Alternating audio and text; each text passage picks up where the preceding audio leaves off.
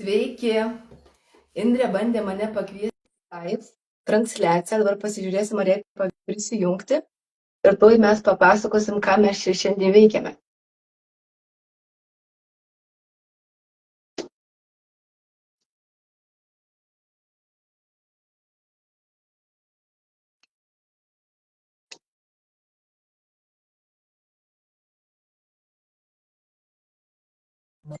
Valio!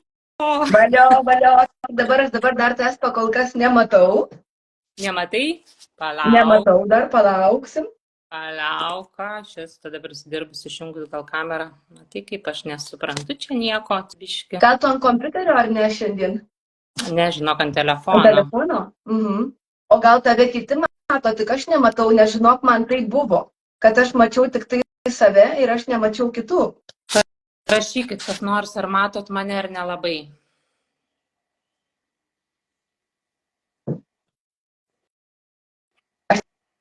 Tiesiog aš žinočiau, ar kažkas mato, nes aš žinok, aš nieko nematau. Aš matau tik tai save ir daugiau nieko nematau, bet tai man kalbėti netrukdo. Aš matau ir tave ir save, bet aš galbūt... Bet žinok, čia gal pas tave ne tavo problema, palauk, pasižiūrėsiu, gal čia aš kažką netaip darau. Aš, žinok, video žmonės matys mūsų abidvi. Aš jau esu daręs live transliaciją su kitais žmonėmis ir mus matė, o aš mačiau tik tai save. Nežinau, kada problema, tai gal mes tiesiog pradėkime ir kad gal kažkas atsakytų.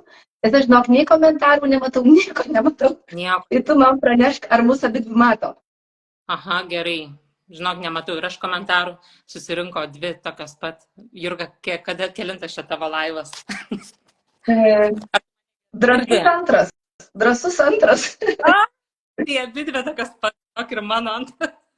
Tai dėl to mes čia žioplinėjom, bet nieko. Aš matau, kad mus mato 5 žmonės ir tie 5 žmonės, matau, Irena mato mus, bet ar mus mato, ar mus mato vieną, bet klausimas yra, palauk, aš dar pabandysiu pasižiūrėti, kur komentarai, bet tu matai mus abidvi. Jo, bet komentarai dabar pamačiau irgi, Irena parašė, kad Gerai. matom ir komentarus. Labai puikiai. Labai malonu pasimatyti, žinok, aš nežinau, kokiu tu atstumu sėdė, žinau, kad live transliacijai, kada yra 2 žmonės, reikia sėdėti per metrą, žinok, aš nežinau, savo metrą atsinešiau. Tai turėsiu šaukti. Nežinau, paskui būni pirmam plane. Tai man tiesiog, kaip pasakyti, tavęs net matyti nereikia, kad pasakyčiau, ką noriu pasakyti ir gal mes pirmiausia prisistatykime, nežiūrės tiek tavo žiūrovai, tiek mano žiūrovai žiūrės ir papasakokim, kaip mes susipažinome, iš kur mes esame iš Lietuvos, ko mes čia atvažiavome, ko tikimės iš šalies. Ir gal aš pradėsiu, kaip seniau gyvenanti. Ei, papasakok. Mano vardas Jurga, man 44 metai, Ispanijoje gyvenu 22,5 metai. Atvažiavau čia per 3 mėnesius užsidirbti daug pinigėlių. Dirbai? Atvažiavau skinti apelsinų. Ir aš įsivaizdavau, kad apelsinus yra taip lengva skinti kaip obuolius tiesiog. Bet pasirodo, kad medžiai badosi, medžiuose būna ir žiurkių. Atsimenu dar pradžiai, kaip užsivyniodom tuo tokio elastiniu bintu, kaip eidavom tuo apelsinų rinkti. Ir rytai prasidėdavo verkimu, kad aš nenoriu dirbti tokio darbo. Ir susipažinau čia su mano vyru ir kažkaip tai pasilikome čia. Planų pasilikti visam laikui tikrai nebuvo.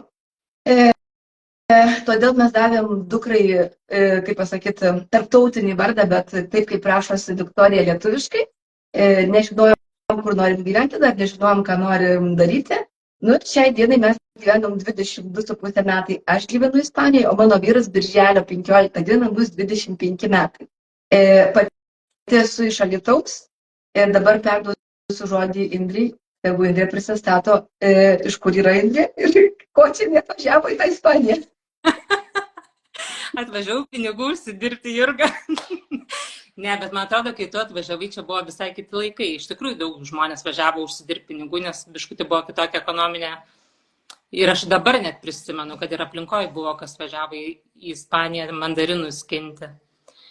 Tai mes tikrai net važiavom pinigų užsidirbti, nes čia dabar tikrai neužsidirbsi pinigų, ar ne? Pritarsi man, nebent čia kažkokį didelį darysi, nes algos šiaip nėra labai didelės. O atvažiavom, iššūkių tikriausiai gyvenime trūko. Ir šiaip buvo daug tokių niuansėlių, kodėl norėjosi atsitraukti, norėjosi pailsėti, pakeisti aplinką. Tai tiesiog ilgai nesvarstėm, tai tiesiog ir atvykom. Tai mačiau, kad mes kur gyvenam, ar ne, kad tu gyveni. O mes apsistoję esam dabar prie Steponos, tai va. Iš tikrųjų su Jurga, kaip mes susipažinom, ne? Tai aš gaudžiau čia prieš atvažiuojant, iš tikrųjų man dabar labai daug, kodėl aš tave pakviečiau. Neišjungiau Messengerio komentarų, ne komentaro, žinučių, dabar metą. Iš tikrųjų, kaip dabar man irgi daug kas rašinėja, žinai, kai mes čia dabar tiesiog atvykom, tai man daug kas rašinėja ir prieš atvykstant labai dariau namų darbus, jau čia kalbėjau ir savo video tam kanale, kad labai ieškojau žmonių, kas čia gyvena, kas kūrėsi, kad turėčiau informacijos, va kaip ir tave, ne? A, tu prisimeni, kad aš to parašiau? Aš neprisimenu, kada tu man parašai, aš tik atsimenu, kad tu esi gera kirpėja su vyru, jūs geri specialistai, ir aš galvau, kad jūs tikrai rasi čia ką nuveikti, kad tokie specialistai yra laukiami. Kažkur tu parašai komentarą ir mane taip galvoju, reikia paklausti Jurgos. Ir kažkaip va taip ir susibendravom. Iš tikrųjų labai daug geros informacijos davėjai, tiesiog labai padėjai, tikrai labai ačiū tau. Tai va, ir galvoju, ne tik man galbūt įdomu, nes daug kas klausia ir galvoju tiesiog iš tavęs, nes tu labai iškalbinga ir labai fainai pasidalintum, ne tik tai man. Dar aš norėčiau paklausti, Indrė, kad paminėtai, kiek tau ir vyrui metų, kada žmonės leidžiasi į tą naujo gyvenimo ieškojimą. Aš tai čia atvykau jauna, man pačiai buvo 21 metai. O kokio jūs amžiaus leidžiatės į tą ieškojimą, į tą naują, kaip pasakyti, aventūrą? Žinok, niekada apie tai negalvojom, niekada apie tai nesvajojom. Čia tikrai nebuvo kažkokia svajonė gyventi Ispanijoje ar kažkur. Dirbom tiesiog Lietuvoje, gyvenom normalų gyvenimą. Ir viskas buvo puikiai, bet tiesiog atėjo toks momentas matyti, ir ta situacija čia, aišku, apie tai nelabai noriu šnekėti, bet ta situacija, kada tikrai jaučiau didžiulę kažkokią įtampą ir norėjosi tiesiog atsitraukti, pailsėti, tai va čia padarėm tokį sprendimą. Ar labai lengva tai daryti? Mums su vyrui 30, man 37 toj, o vyrui 39. Tai nėra lengva daryti tokį sprendimą, tokio amžiaus, ypač kai turi kažkokį gerbuvį susikūrus. Dar ypač 2 vaikai ir šunų gvardija. Jo, mačiau. Bet žinok, realiai čia yra pats geriausias, jaučiu vienas iš geriausių mūsų sprendimų. Nes jeigu ne tokia susiklošiusi kažkokia situacija, taip pasielgti, žengti tokį žingsnį, tai tikriausiai niekada taip nebūtumėm padarę. Tai šiuo metu labai džiaugiamės, labai gera patirtis, dėl to labai domina tai, ar būtent ta Ispanija, nes visokiom akim. Žinai, dabar kaip ir sakyčiau, kad mes jau kažkurį laiką čia gyvenam, bet nesam įsivažiavę į tą Ispanijos ritmą, į tą visišką gyvenimą, nesam buvę dar pas gydytojų, žinai, tai tiesiog viską renku iš žmonių, iš nuogirdų, o tokios realios patirties turiu labai mažai. Tai labai dėl to įdomu, žinai, tavo patirtis ir manau ne vien man, kad kaip tavo atrodo, žinai. Kaip ir aš galėčiau papasakoti kaip Lietuvoje ir kokia mano nuomonė apie Lietuvą. Aišku, čia regionai skiriasi, aš net nebejoju, mes čia ir pačioje Ispanijoje pagyvenam skirtingose miestuose ir atrodo skirtingos šalis. Kiekviena savivaldybė, galima sakyti, turi savo taisyklės. Dar tas, kad Ispanijoje yra visa krūva dialektų. Ispanija nėra tokia, kad čia visi kalba tik ta Castellano tikrąją ispanų kalba ir Ispanija iš tikrųjų labai yra didelė šalis, žinai, bet aš tikrai esu padėjus ne kartą žmonėms iš kitų regionų, kada reikia susiskambyti, kada reikia sutvarkyti kažkokį biurokratinį reikalą. Ir yra taip, kad aš kalbu puikiai ispaniškai ir čia tokia ta sudėtinga iš tikrųjų yra biurokratija, kad net aš kalbėdama ispaniškai puikiai suprasdama, kaip viską turėčiau padaryti per kompiuterį, neišeina. O gyvai žmogus negali daryti ir susikalbėti, o jie angliškai nekalba. Tai tiesiog aš dabar tau užduosiu tokį klausimą, žiūrėk, turiu ružavus sakinius, dabar nori, kad aš tau pasakočiau, kokia Ispanija graži, kokia Ispanija yra problematiška. Renkiesi, ar aš pasilieku su arkiniais, ar pasakoju visą tiesą. Klausti, tai aš labai norėčiau, kad pasakytum visą tai, kas yra blogai. Nes kad gerai, aš pro langą pažiūriu tą pozityvą, jau dėl ko čia yra gerai. Man vien ta saulė yra nuvau. Matau, kaip tik pas mus prisijungė Deimantė. Deimantė, tau linkėjimai. Kažkada kalbėjau su Deimantė ir ją atkalbėjau, kad te važiuotų į Ispaniją. Sakau, jūs esate šeima, kurie galite daug sau leisti atostogauti. Sakau, nevažiuokite į Ispaniją. Tai nežinau dabar tokis. Taip, atsimeni, aš tau sakiau, ar tu domiesi politiką? Tu man pasakai, kad nenori nieko apie tai žinoti. Gal dalimai iš Lietuvos ir bėgate nuo tokių dalykų. Jau daug dabar žmonių jaučia tą tokią grėsmę. Ir yra normalu, kad nori kažkur išvykti, jaustis truputėlį toliau.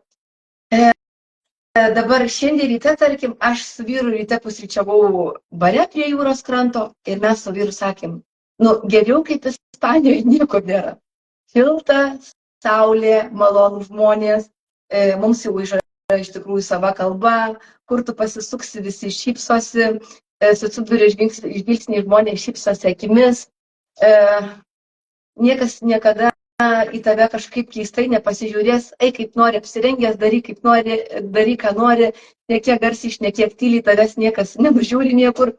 Aš iškart pamatau, tarkim, žmonių grupėje fotografuojasi prie stalo, aš sakau, nori, aš jūs nufotografuosiu. Čia viskas taip vyksta artimiau. Jurga, taip? Atvykalą akinius nusėmė į rožinius. Aš juokauju. Ne, palauk, aš turiu vidinius akinius rožinius. Aš visą laiką, aš į viską, žinok, žiūriu pro pirštus. Palauk, čia įžanga, palauk. Čia įžanga. Nuteikiai, nusėmė akinius, galvoju, ir dabar ką girdžiu, tai taip, vau.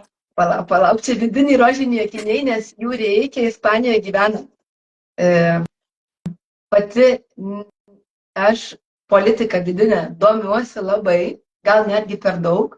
Man įdomu žinoti, kas vyksta šalyje, kurioje mes gyvename, tiek domiuosi geopolitika, tiek vidinė politika. Šiai dienai kokia yra šalis, gal blogiau nei Lietuvoje. Tiesiog, tarkim, kas čia man sakė, vakar mes kaip tik bendravom, atrodo, sako, išvažiavo draugai į Graikiją, Graikija labai patinka. Kur mes be išvažiuotume, kol mes nesusidursime su biurokratiniais reikalais, kol mes nesuprasime kalbos, ką ten kalba per televizorių, kurio aš nežiūriu, bet vis tiek reikia kažką pasidomėti. Kol mes nesugebėsime perskaityti kasdieną negatyvių tų žinių, tai viskas atrodys, kad pasaulis yra labai gražus ir Ispanija yra verta dėmesio. Dabar pas mane sėdi vienas toks velniukas ant peties, kuris sako, sakyk visą tiesą, kitas sėdi toks geras, sako, negąsdink žmonių. Ir aš dabar nežinau, kiek tos negatyvios informacijos duoti. Galiu truputį padozuoti, gal kaip sakai, Indrė? Žinok, aš manau, kad sakyk, žinai, tiesą. Bet, žinai, vėlgi, suprantama, kad, pavyzdžiui, Lietuvoje tu irgi paklaus žmonių, bet kokių, žinai, manęs paklausant, tai aš pasakyčiau, Lietuvoje viskas yra puiku. Nes aš labai politiką, žinai, domiuosi per daug, apie tai nenoriu kalbėti, bet aš ją labai domiuosi, kažkada mėgėti, bet supratau, kad aš pasiemu tiek, kiek man reikia, grįžt namo ir mylėk savo šeimą ir pasirūpink savo šeimą. O kas kiek nori, tiek tas to pasiema. Bet aš manau, čia irgi yra labai panašiai, ne? Ir toj pačioje Ispanijoje. Čia yra blogiau, mieloji, čia yra blogiau. Pasakysiu dabar. Esi netoli Steponos, Ceuta Melilla tau girdėta? Ne. Tai va, pasižiūrėk, už kiek kilometrų jūs turite Ceuta Melilla. Ar kur ateina visi marokiečiai? Nuo jūsų apie 200 kažkur kilometrų, nuo mūsų apie 500. Čia gal link kažkur tai? Kaip sakai? Link Algesyro ar ne? Ten, link ten. Tai dabar, kaip Lietuva turi tokią grėsmę, kaip bijo, kad kažkas jūs užpuls iš išorės, Ispanija turi viduj grėsmę.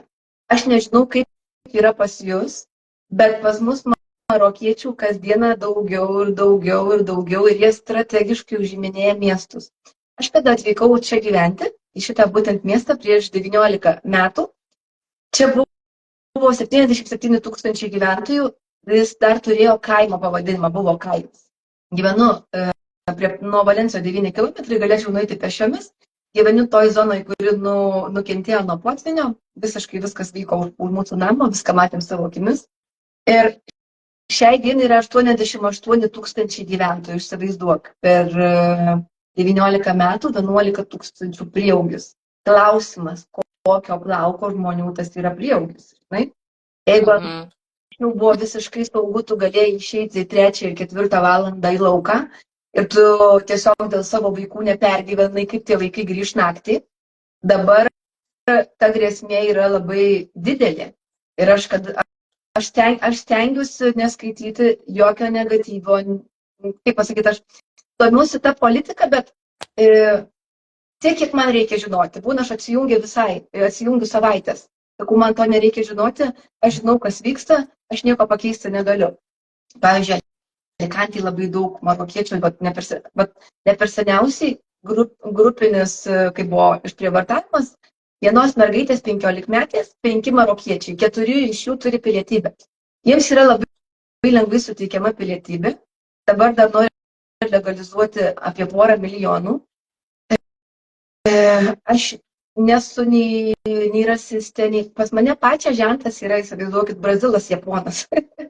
Tai man visiškai nesvarbu spalva, visiškai nesvarbu tautybė, niekas man nesvarbu, nei tautybė, nei pilietybė, tiesiog, kad žmogui būtų žmogus.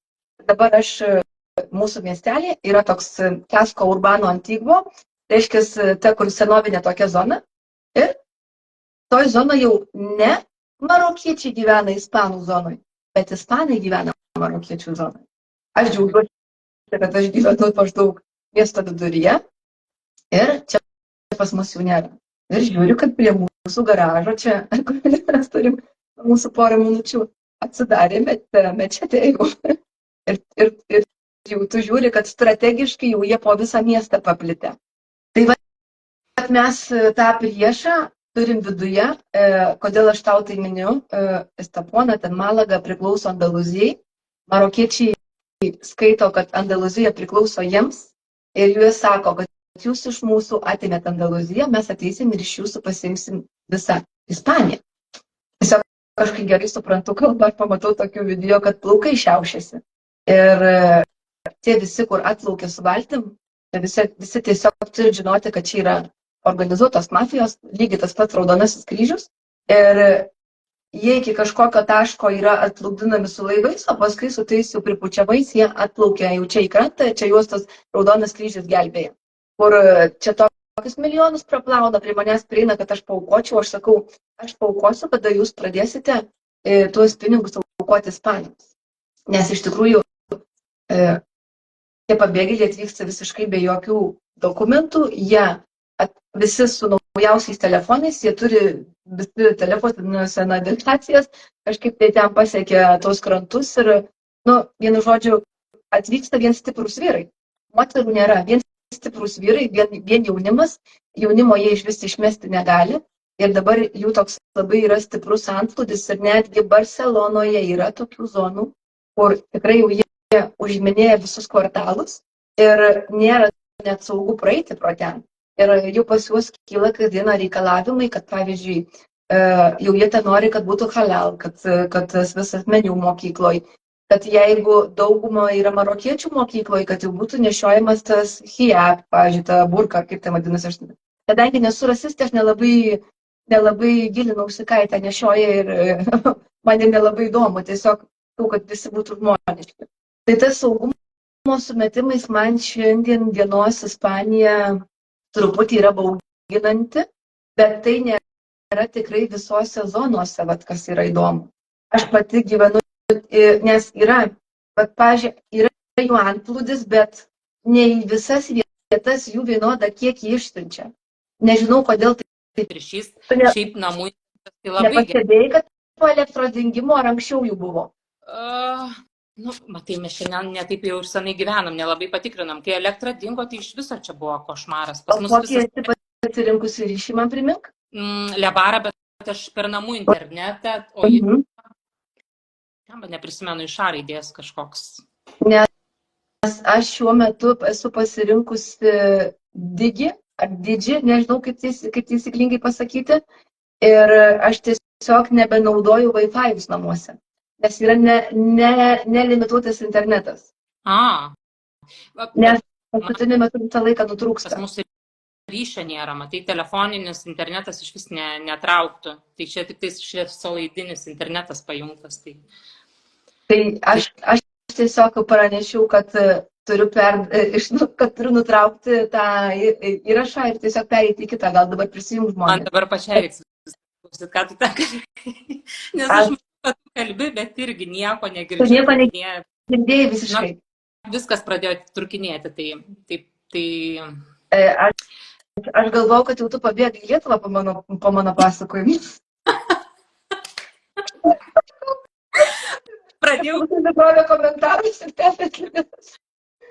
Tai kaip išgąsdinau. Aš klausau ir man toks, taip šiurpas po pagalgais eina, bet man tai nėra svetima visiškai, nes iš tikrųjų apie tai gal girdėjau, ypač apie Barceloną, tai girdėjau labai blogų atsiliepimų. Apie Alicantę, žinai, nes mes biškutį pagyvenam ir Torreviejo, o toj pusėj, tai žinok, labai ir pajutau skirtumą vien dėl žmonių ir dėl liaudės. Nes ką tu sakai, ką aš mačiau ten Alicantės pusėj, tai labai panašiai, ką tu sakai, aš ten jaučiausi pakankamai nesaugiai. Dėl to, kad irgi, kaip sakai, nerasistė, bet liaudis ta, kur, aš nesijaučiu gerai. Čia kažkai saugiai. Gyvenom ir Nierchoj, ir Torremolinos, ir visur čia pažinėjom, dabar gyvenam prie Steponos. Tai čia, žinok, ir vakarais tu nepamatysi kažkokių keistų, va čia tam kaime, kur aš esu, Sabinėlė, tai nueini į centriuką, tai taip, marokiečių pagrindinė liaudis, bet irgi, kad taip kažkaip pasakyčiau, kad nesaugiai jaučiuosi, ne. Ir esu prisijungusi į visas užsieniečių, žinai, grupės ir stebiu, kas čia susirašinėja ką. Tai kažko negatyvaus labai negirdėjau. Vienas buvo, mačiau žinutę, kad kažkokia mergaitė norėjo atimti rankinuką. Ir jie ten iš karto visi anglai pradėjo diskutuoti, kas čia vyksta, kodėl jaučiamės nesaugūs, žinai. Bet kol kas negaliu pasakyti, būtent Costa del Sol pakrantį, galbūt ir todėl, kad čia yra labai brangu, čia liaudis kita susirinkusi, žinai, galbūt čia ir saugumą turi jie kažkaip susidarę, nežinau net kaip aiškinti, bet čia nesijaučiu nesaugiai. Gali būti, žinau, kažkoks susitarimas, nes aš kaip minėjau, nežinau ar girdėjai, kad labai skirtingai į visas Ispanijos dalis yra išsiunčiamas tas pabėgėlių kiekis, žinai. Kažkoks, nežinau, gal kaip kažkas kažką moka, kad jų neišsiųstų, galimai toks variantas, nežinau. Žinau, Torremolinuose gyvenom tą laikotarpį, kažkas buvo įmetę nuotrauką, žinai, kad atplaukė jie. Ir ten juodukų, ten 2 valtis berods buvo, žinai. Tai aš suprantu tą problemą, kad čia jie kaupėsi, renkasi, bet galbūt iš karto eina į gilumą kažkur ten. Tai aš įsivaizduoju, kad čia yra žiauri problema. Aš iš tikrųjų tokios kaip baimės aš neturiu, nes aš naktimis gatvėse nesibastau, niekada nėra jie manęs užkabinę, netgi jeigu jie ir stovi gaujom, niekada man taip nepasitaikė, kad užkabintų. Aš galvoju, jie mane šiaip tai priima už vietinę Ispanę. Gal ir nelabai tą vietinę Ispanę kaip ir norėtų kabinti. Vėlgi klausimas, jeigu aš būčiau šviesiaplaukė lietuvaitė. Lietuvaitė esu, bet ne šviesiaplaukė. Tai kažkaip nėra taip, kad aš jaučiuosi nesaugiai. Yra toks dalykas. Atvykstant į Ispaniją, kiekvienas mes turime kažkokią tai paklodę tą pinigų, kuri mums leidžia pradėti gyvenimą Ispanijoje. Klausimas, kaip tu sakai, kiek mes savo galime leisti nuomai ir vieni nemoka ispanų kalbos, pasiduoda kažkur, kur daug angliakalbių jam patinka. Man asmeniškai yra prie širdies ispanų tauta. Aš nenorėčiau asmeniškai gyventi, nežiūrint viską į tai, ką aš dabar čia matau, tarkim, nenorėčiau gyventi ten, kur gyvena anglai, nes man jie visiškai nėra artimi. Man labai patinka ispanų kultūra. Aš šiandien kaip su vyru pusryčiavau, sakau, mes bet tiesiog dukra buvo studentė, 2 metai buvo mokymas, kaip mokslai brangus, ir mes dabar tokie atsikvėpę, dukra pradėjo dirbti, sakau, man labai patiktų pradėti gastronominės kelionės po Ispaniją. Pati ta Ispanija yra tokia didelė ir tokia įvairi, kad čia gali sėdėti visą dieną pasakoti negatyvą ir visą dieną pasakoti pozityvius dalykus. Tai dabar tokia, tu kol dar nesusikūrei su biurokratija, kol dar nesupranti, ką jie kalba, jau susikūrei. Jau vien, kai reikėjo tą NIE numerį išsiimti, tokia, nu žinok, aš visiškai tą ir man sunku suvokti, žinai, netgi tokiom lygioj vietoj visur nesąmonės. NIE numerį nuvažiuoti išsiimti, problemą važiuojam ir vėl kažkokie nesklandumai. Į banką susimokėti už tą NIE numerį, per 4 bankus jiem, kol mums leido sumokėti. Nu, tokio lygioj vietoj nesąmonės. Arba dabar skalbenkė sugedo, atvežo džiovyklę. Nu, atrodo, kur atsitrenki, kur reikia kažkur ir atsitrenki tokias nesąmonės ir galvoju, kas čia yra, kodėl? Palauk, man atveža sekcija, kada mes čia atsigaunėm be 19 metų ir man vieną dalį, ten, kur anksčiau dėdavosi tas video aparatas, įdeda kitokios spalvos. Ir jau jie išidinė per dėdį, sakau, čia kad, tai nieko tokio, sako, nelabai skiriasi, man įdeda į pilką pelenų spalvos baldą, rudą dalį. Aš pasiskambinu į parduotuvę, gerai, jie sako, mes už poros mėnesių pakeisim tą dalį. Atveža tą naują dalį ir jie išeina ir aš taip pasilenkiu ir žiūriu, kad viršui tas toks, kur pagrindinis, kaip ta balta, ta mediena tokia stora, o jie prikišta laikraščių, nes netitinka dydis. Pigiai pakoregavo. Tai tada aš taip pasitau, kad aš tiesiog važiavau parduotuvę ir viską man sutvarkė. Bet dabar vėl žinau, brangioji, toks yra skirtumas. Biurokratiniai dalykai Lietuvoje ir biurokratiniai dalykai Ispanijoje. Biurokratiniai dalykai Lietuvoje yra tvarkomi pinigais. Jeigu tau kažkas dar ten nepavyksta, tai gali kažkas kažkur prieiti. Ispanijoje aš to dalyko nesu girdėjusi. Tai netgi gydytojai, jie yra, sakyčiau, kad vis tiek jie gydo pagal tą protokolą, bet jie yra vis tiek labiau iš pašaukimo. Čia gydytojai tokių kaip kyščių nepripažįsta ir, pavyzdžiui, mano dukrai buvo įkandęs voras į koją. Čia buvo toks unikalus, mano dukra sirgus nenormaliom lygom tiktais. Ir buvo taip, kad mes nuvažiavome į ligoninę, papuolėm ant labai geros gydytojos. Jis ten dar susikvietė 3 gydytojus, mums liepė kasdieną važiuoti, kad tik nebūtų nekrozės, kad nereikėtų pjauti nieko. Kitą kartą susiduri su kažkokiu tokiu, bet čia, manau, visose šalyse yra lygiai tas pats. Epstein-Barr, mano dukra turėjo tokį virusą, bučinio virusas vadinasi, tai čia kaip jau arba darželį vaikai serga, arba kaip jaunimėlis dalinasi tą pačią stiklinaitę, kada balevoja. Tai mums ją nustatė 3 kartus važiuojant į ligoninį tą virusą. Mes išsėdėjom 15 valandų ligoninį, kol aš nepakėliau ten jau, kaip sakant, to viso hajų, sakau, mes neišeisim, kol jūs nenustatysit, nes nenormalu, kad vaikas išcinės atrodo kaip 10 kg priaugęs per porą dienų. Tai tokių, bet visokių esam susidūrę. Biurokratija, kas liečia, tai esi visiškai teisi. Aš pati prieš galvoju, kiek čia tų metų buvo, dar Viktorijoje mokyklą. Iš kokie 10 metų pamečiau tą tavo žalę, tą lapą NIE. Aš tada kaip ir legaliai tuo metu kaip ir nedirbau. Tu dar mane girdi? Girdžiu. Pasitikrinu, ar dar tu čia? Ar tu nematai manęs tiksliai? Aš ten nematau, aš nežinau, aš čia tau viena sėdžiu. Ir pamečiau už tą žalę lapą ir mes čia gyvenam legaliai, mes čia turim būstą ir mane jie tiek privertė jiems pritempti popierių, kad įrodyt, kad aš 5 paskutiniai metai gyvenu Ispanijoje, kad man jie tą žalią lapą išduotų, kad mane jie privedė iki isterijos. Aš ten toj policijoje užliumbiau, nes tiesiog tą atnešk, taigi sakau, galiu atnešti savo visus kreditinės kortelės išklotinės. Matosi, kad viskas Ispanijoje mokėta. Gerai, atnešk. Atnešiau 5 metų, ištraukiu bankį. Atnešiau visas sąskaitas, kad visot mano vardu. Gerai. Paskui jau dar jiems kažko trūksta. Paskui Ai, jau sakau, tai sakau, gerai, mano dukra eina į mokyklą, sakau, ar jums tinka direktorės raštas, kad aš kiekvieną rytą tą dukrą atvedu ir kiekvieną dieną šią pasiimu iš mokyklos. Tai tu įsivaizduoji, kad su tokiu nesąmoningu direktorės raštu, tu man jau davė tą žalią lapą Nijo, kur aš buvau Ispanijoje pragyvenus jau kokią 12 metų. Tai susiduriu su tokiais dalykais ir jie nėra tvarkomi pinigais. Tai yra labai blogai. Bet jau pinigų turėtum, bent jau greitai galėtum spręsti problemą čia. Nu, idėja, kaip sako Lietuvoje. Nu, čia kaip ir užtruktų laiko, bet įmanoma. Įdėti truputėlį pinigų, nežinau, kaip dabar vyksta, bet žinau, kad Lietuvoje tokie dalykai vyksta. Ispanijoje tų dalykų nėra.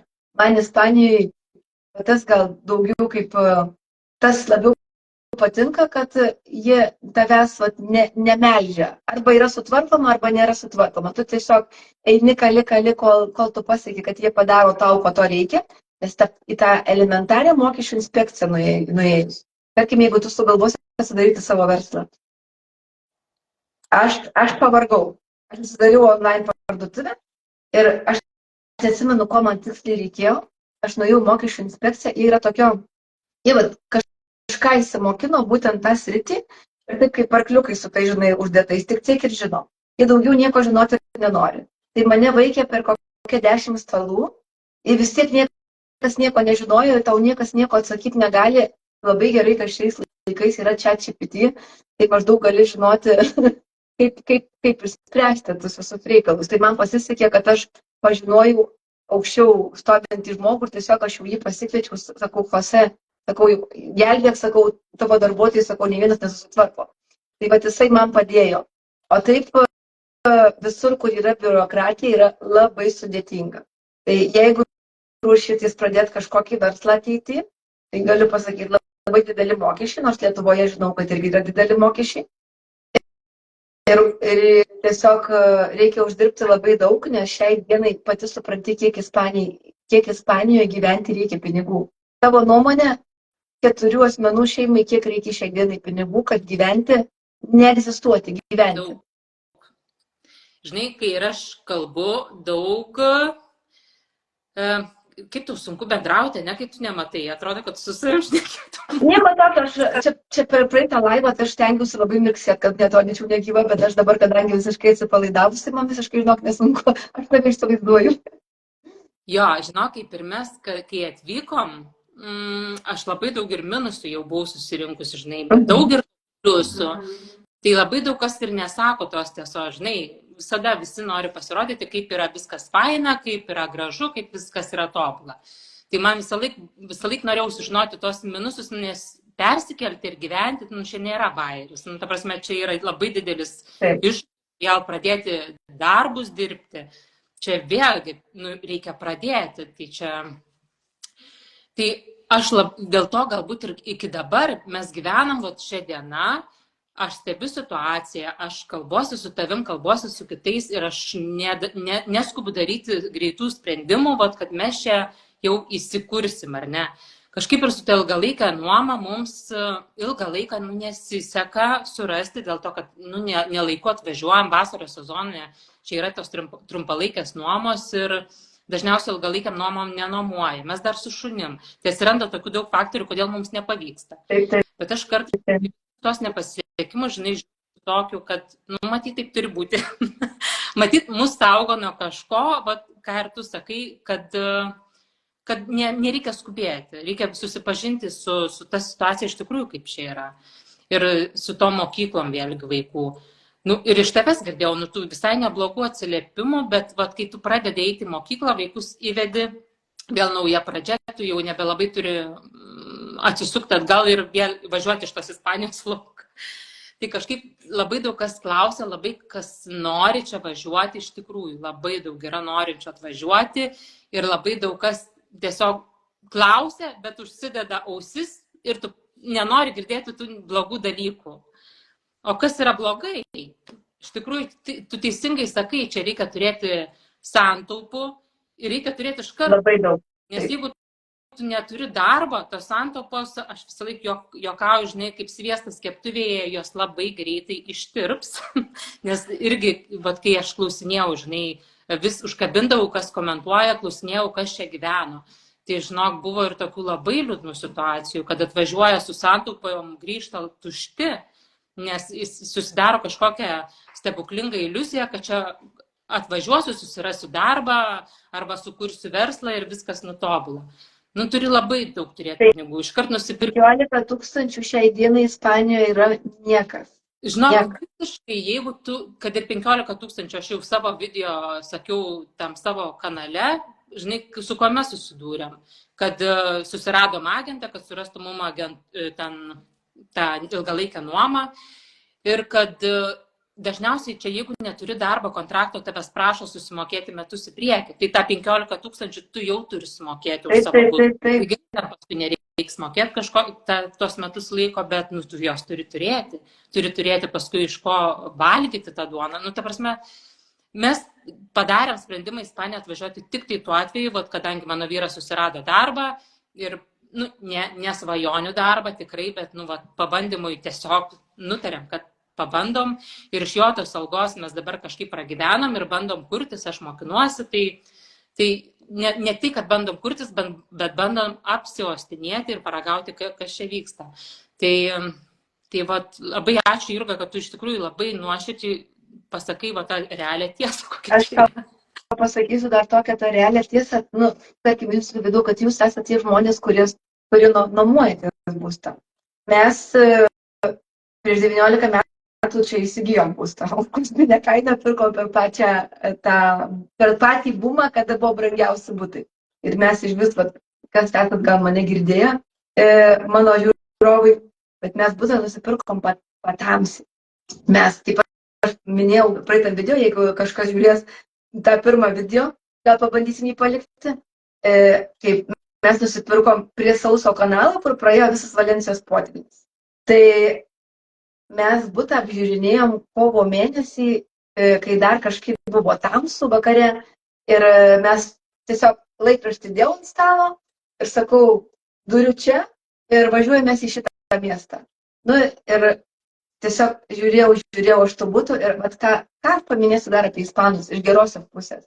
Mums už būtą laidavo ispanai, kuriuos aš pažinojau 6 mėnesius. Ir aš pati buvau šoke, aš negalėjau patikėti, kad žmonės, kurie pažįsta tave 6 mėnesius, bet jie man sako, jeigu jūs pirksit pas mus mieste butą, mes jums pasiruošę laiduoti. Mes jauni žmonės, kur mes realiai net nestovim tvirtai ant kojų, nes kada aš atvykau į Ispaniją, mes iš vis buvom nelegalai.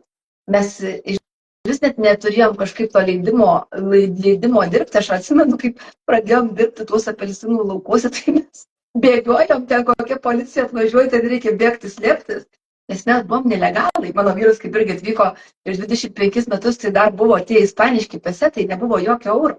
Tai Ispanija į Europos Sąjungą, tiesiai nuo Asilo į Mercedesą jį sėdo.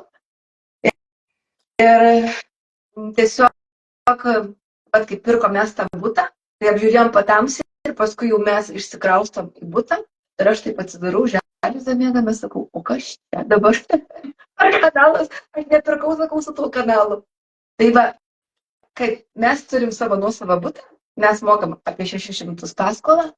Aš įsivaizduoju, kad jūs mokat dvigubai už nuomą. Ja. Mes dabar mokam 1500 vien už nuomą. Dvigubai ne, bet dvigubai skaityk, ne? Nu, iš tikrųjų dabar, kadangi vasara, tai mums čia pasisekė. Šiaip vasaros metu, čia į mėnesį reikėtų dabar sumokėti apie 3000. Tai tiesiog dabar ir tie įstatymai, tu tikriausiai girdėjai, kad keičiasi su tom trumpalaikiam nuomom. Nu, tai čia per lietuvius mes dabar iki rugsėjo atradom, kur gyventi ir už padorę kainą, kur sakyčiau padorę. Bet šiaip ilgalaikės, tai jo Kosta del Sol pakrantėj, tai 1200, 1300, tai va tokios ir ilgalaikės, dar plus komunaliniai. Tai čia yra brangu tikrai. Pas mus nėra Kosta del Sol, čia nėra jūros. Pas mane miestelį reikia važiuoti 20 km, 20 minučių, gal mažiau kilometrų. Tai vis tiek ten reikia laukais tokiais ryžiai važiuoti, kol davažiuoja. Tai pas mus nuoma miestelį kažkur tokio kaip mano butą, tarkim, apie 975 kvadratiniai metrai. Mhm. Ir į viršų. Tai dabar, kiek tam žmogui reikia pinigų, kad jisai neegzistuotų, o gyventų. Kad Čia ispaniškai. kad jisai valgytų tikrai kokybišką maistą. Kad jisai gebėtų susimokėti elektrą. Dabar, tarp kitko, po energijos to dingimo, žiūrėsim, kiek ta elektra pas mus kainuos.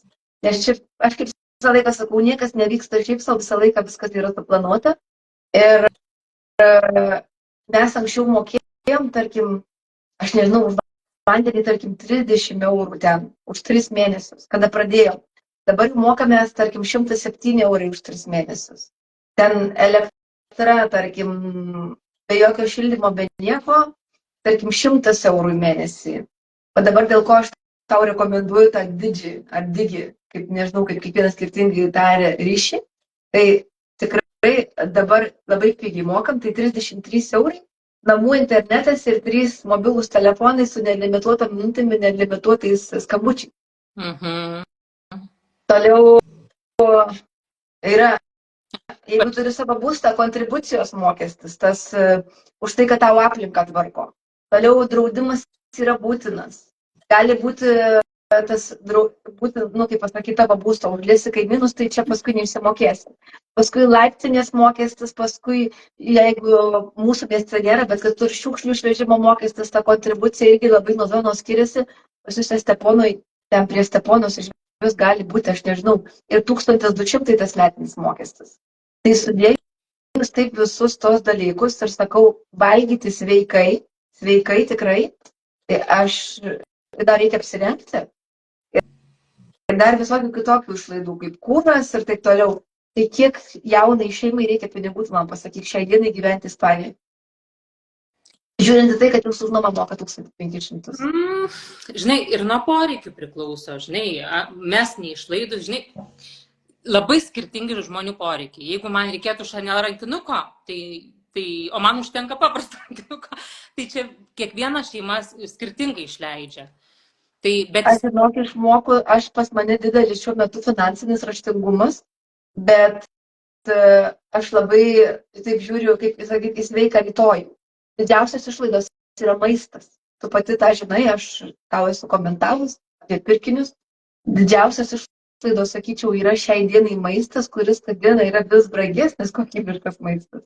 Tai mano požiūriu, 4 asmenų šeimai, vien tik su nuoma ir su maistu jums reikia mažiausiai 3000 su mažais poreikiais. Taip. Tai vat, tai prasme, aš irgi visą laiką irgi sakau, kai manęs klausia, kiek reikia pinigų. Tai kiekviena turi pasiskaičiuoti, kiek reikia, ar ne? Vat, pavyzdžiui, aš irgi pasiskaičiuoju. Mes kažkada išleidom už maistą 400. Dažnai merginos buvo mažos, tai tiesiog maisto. Dabar išleidom, iš tikrųjų nesenai visai skaičiau, išleidžiam 800. Bet mes turim dar ir šunis, tai čia dar pliusijai. Virš 800 ten išėjo. Tai taip, 1500, jeigu nuoma, gerai, 1300, plus 800, ne? Tai jau 2100 tikrai reikia.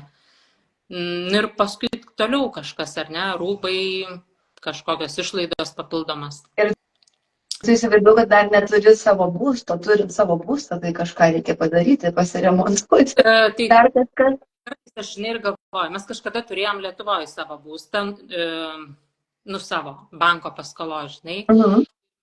Čia buvo taip, kad mes norėjom kraustytis į namą, nes šunis, žodžiu. Ir pardavėm tą savo butą ir jau buvom rankpinigus palikę tam namui, bet įvyko karas ir aš tada nebenoriu nei namo, nieko. Ir mes tiesiog nusprendėm nuomotis, išvažiuoti dabar. Ir žinok, dabar pagalvojom su vyru, mes nenorim būsto paskolos. Nes ką tu ir sakai, kaip yra paprasta nuomotis, mes mokam didesnę nuomą, bet mums nereikia papildomai rūpintis tokiais dalykais, kas nuolatos griūva. Iš tikrųjų, kai turi savo namus, tai pastoviai investuoji juos. Žiūrėk, remontą reikia daryti, žiūrėk, sugriuvo skalbenkę, reikia ją tvarkyti, kai tu nuomojas būstą. Tai nesakau, žinai, kad blogai yra turėti banko paskolą. Kiekvieno yra pasirinkimas. Čia yra tiesiog tik tai mūsų pasirinkimas. Bet aš suprantu, kad Ispanijoje turėti būsto banko paskolą, jūs pasiėmėt dar gerais laikais. taip, taip, taip, taip. Viso kosminės. Čia su vienais lietuviais kalbėjom, kad dauguma dabar perka tos būstus, moka ten tas paskolas, papildomai, kaip ir tu sakai, visokie tie mokesčiai, ten aplinkos tvarkymas, bet parduoti tą būstą, tu sumoki vėl be galo didelius mokesčius. Nu, tiesiog, kai tu žemė su to būstu ir su didžiulė paskola. tai toks... Dar žinai, kas yra, savo tą būstą įsigyji, dar tą tavo būstą gali ir okupuoti. Daug kas neteikia, kad pas mus tas toks yra okupantų įstatymas, nes atrodo, kažkas kaip iš pasakos, kad kažkas atėjo, užėmė tavo būstą, jeigu tu ten per tiek valandų, gal 48 neapsireiški namuose, tavo tą būstą užėmė kaip savo, o tu 2 metus kokius bilinėjasi, kol tu atgausi savo būstą. Kodėl taip vyksta Ispanijoje? Yra labai paprastas tam atsakymas. Todėl, kad nėra Ispanijoje socialinių būstų. Tai tiesiog užima asocialų žmonės, o dabar, kad tas, kur įsikrausti į tavo būstą, tai kad jį galėtų iškraustis, jam turi duoti būstą, o to būsto tai nėra socialinio. Tai čia truputėlį užsuktas ratas, supranti, ir vis tu tikiesi naiviai, kad tas įstatymas pasikeis, bet išvažiuoji į Lietuvą atostogų ir grįžus galvoju, pas vieną kaimynę paprašiau, jinai pastovi kasdieną užlipa, ją visas pakelia, nuleidžia, šviesą jungia, kažką padaro, kad yra tas, kaip pasakyti, judėjimas. Nes tu niekada negali žinoti, gal kažkas priešais name namuojasi ir gal jie nužiūrėjo, kad pas tave ten pastovi laisva. O netgi yra tokia mafija, kaip pasakyti, nekilnojimo turto agentūros tokios yra, kur tiesiog jie turi laiptinių raktus, kurių ten žmonės nuomavosi. Ir ten tokia bendra mafija, kad jie tiesiog ranka plauna, kažkam kažką sumoka, netgi okupantams sumoka pinigus. Kad paskui gal tas žmogus parduotų pigiai būstą su okupantais. Jo, ir žinok, mes irgi dabar visai irgi su lietuviais kalbėjom. Ten lietuvių, gal nesupys, kad aš čia pasidalinsiu, gal vis tiek kažkas matys, su kuo kalbėjom, kad irgi dukra, čia gyvena irgi Ispanijoje, ir dukra Esteponui su draugiam išsinuomojo būstą iš okupo. Ir sakė, tiesiog kiek klausinėjo, ta prasme visko, kokios pajamos, ta prasme, kad ir išnuomodamas stengiasi įrodyti, kad jis, savininkas yra, ir jos buvo papuolusios. Arba irgi situacija, žinai, kaip tu sakai, vargšai, ne, okupuoja, tiesiog tik tai vargšai. Tai irgi dalinsiu, viena patirtis, ar ne, to šeimos, kur irgi išvažiavo į Lietuvą tušti, tai okupavo lietuviai namą, ir kai tu sakai, kad dirbai ten nelegaliai, tai dar ir dabar, žinok, dirba nelegaliai laukuose. Lietuviai. Tai irgi ta šeima atvažiavo dirbti į laukus ir jais pasinaudojo, apgyvendino tam okupuotam name, žinai, kad iš tikrųjų čia žiauriai apgaudinėja. Irgi galbūt pasidalinsiu, kad ir aš čia labai norėčiau viską rožinėm akim matyti, bet kai atvykom, norėjau sutaupyti ant agentam, kad nereiktų mokėti, nes ten reikia daug 1000 eurų sumokėti agentam, kad surastų mums tą būstą. Tai per idealistą aš tam pati bandžiau ieškotis to būsto nuomai. Tai žinok, kelis kartus aš važiavau ir mane tiesiog apgaudinėjo. Vis apgaudinėjo, kad aš pervešiau pinigus iš anksto, žinai, nes norinčių yra labai daug. Tai irgi, kas čia girdi, kad nepasimauti. Nes tikrai kartais pasimauni, atrodo ir pasako, žinai, kad ten 10 norinčių į tą butą. Iš tikrųjų taip ir yra. Taip ir yra labai daug norinčių nuomotis, labai daug norinčių čia gyventi ir būna, taip, ne, aš noriu labai, aš pervesiu, aš duosiu pinigus, žinai, ir pasimaunu. Per bookingą, per patį bookingą dabar tas vyksta. Mano vieni ispanai praeitais metais nudegė taip, norėdami išsinuomoti apartamentą. Prarado 900 eurų. Jie norėjo būti pirmi, kurį neš. Buvo labai daug norinčių. Ir žmonės, kaip pasakyti, jisai išvis Mercedeso finansų direktorius numeris 1 Ispanijoje, galvoja, kaip tu galėjai kabėrai pasimauti. Bet labai daug apgavystės, kaip tu ir sakai, aš irgi susipažinau su lietuviais. Jie išnuomavo butą, aš net nesupratau, kas jiem išnuomavo, aš nesupratau, kam jie pasirašė tą kontraktą, kas turėjo buto raktus ir jie paskui atsidūrė gatvėj. atėjo savininkai ir pasakė, kad jie nieko nenuomoja. Ten, nu, bet tokių visokių mafijų labai daug, bet čia žinok, aš manau, kad daugelį šalių taip vyksta. Ir Lietuvoje tai vyksta. Yra Taip. butus. Tiesiog apie tą pačią Ispaniją, nu ką aš tau galiu pasakyti. Gero yra labai daug. Užsidėk, jeigu jūs norit gyventi tikrai Ispanijoje, kaip tu man pasakei, pas jūs aplinkui ten tų pabėgėlių nesimato, aš šiai dienai gyventi tikriausiai gal norėčiau Asturijose. Tai tiesiog tos ieškau kaip finansinės nepriklausomybės, kad galėčiau dirbti iš bet kur. Dukra mano, čia gimusi, čia užaugusi 20 metų, dukra nenori gyventi Ispanijoje. Rimtai? Dukra nori, jie galvoja gyventi Andoroje, todėl kad jinai yra pabaigusi animaciją 3D ir tiesiog nemokėti valstybei tokių milžiniškų mokesčių. Tarp visko čia galima taip daryti, bet vėlgi Andoroje dar yra brangiau dabar gyventi, nes visi pajuto tą, kad ten tik 10%. Tai tiesiog išvykti į Andorą, išsikraustyti, arba bent jau ten, kad mokėtų Andoroje mokesčius, reikia pragyventi 180 dienų į metus. Yra tokių visokių niuansų, bet man vieną dieną aš tau pasakysiu, dukra tai pasakė. Mama sako, aš nesuprantu, kaip jūs pasirinko tokią šalį, kuri nei ekonomiškai, nei švietimas nėra stiprus. Bet jai patinka Ispanijoje. Tada mes atostogavom Lietuvoje, ar norėtų gyventi Lietuvoje, nenorėtų gyventi Lietuvoje. Tai čia irgi kaip tie vaikai užauga ir tu išvažiuoji kažkur dėl vaikų, bet paskui vaikai net nenori gyventi ten, kur tu išvažiavai. Ir aš turiu savo draugų tarpe tikrai tokių draugų, kurie išvyko iš Lietuvos dėl vaikų, o vaikai užaugo ir nešė iš čia kailį. Ne tai, kad nepatinka oras, viskas tvarkoja ir jie su noru grįžta atostogų, bet kas liečia finansus, legaliai, ispaniškai sakosi prosperar, tai kaip sukrauti turtus būtų. Negali. Arba turi dirbti labai daug, arba turi dirbti nelegaliai, nerodyti mokesčių. Nu, bet legaliai dirbant, čia yra toks pasakymas Ispanijoje, myli euristą. Žmogus, kuris uždirba 1000 eurų mėnesį. Tai tokių žmonių yra labai daug. Aš, pavyzdžiui, papasakosiu mano vyro atvejį. Jisai dirbo kaip šaltiklis toks buvo. Ten šaldymo kameros, kur saugo visą maistą, kurį išveža į parduotuvės.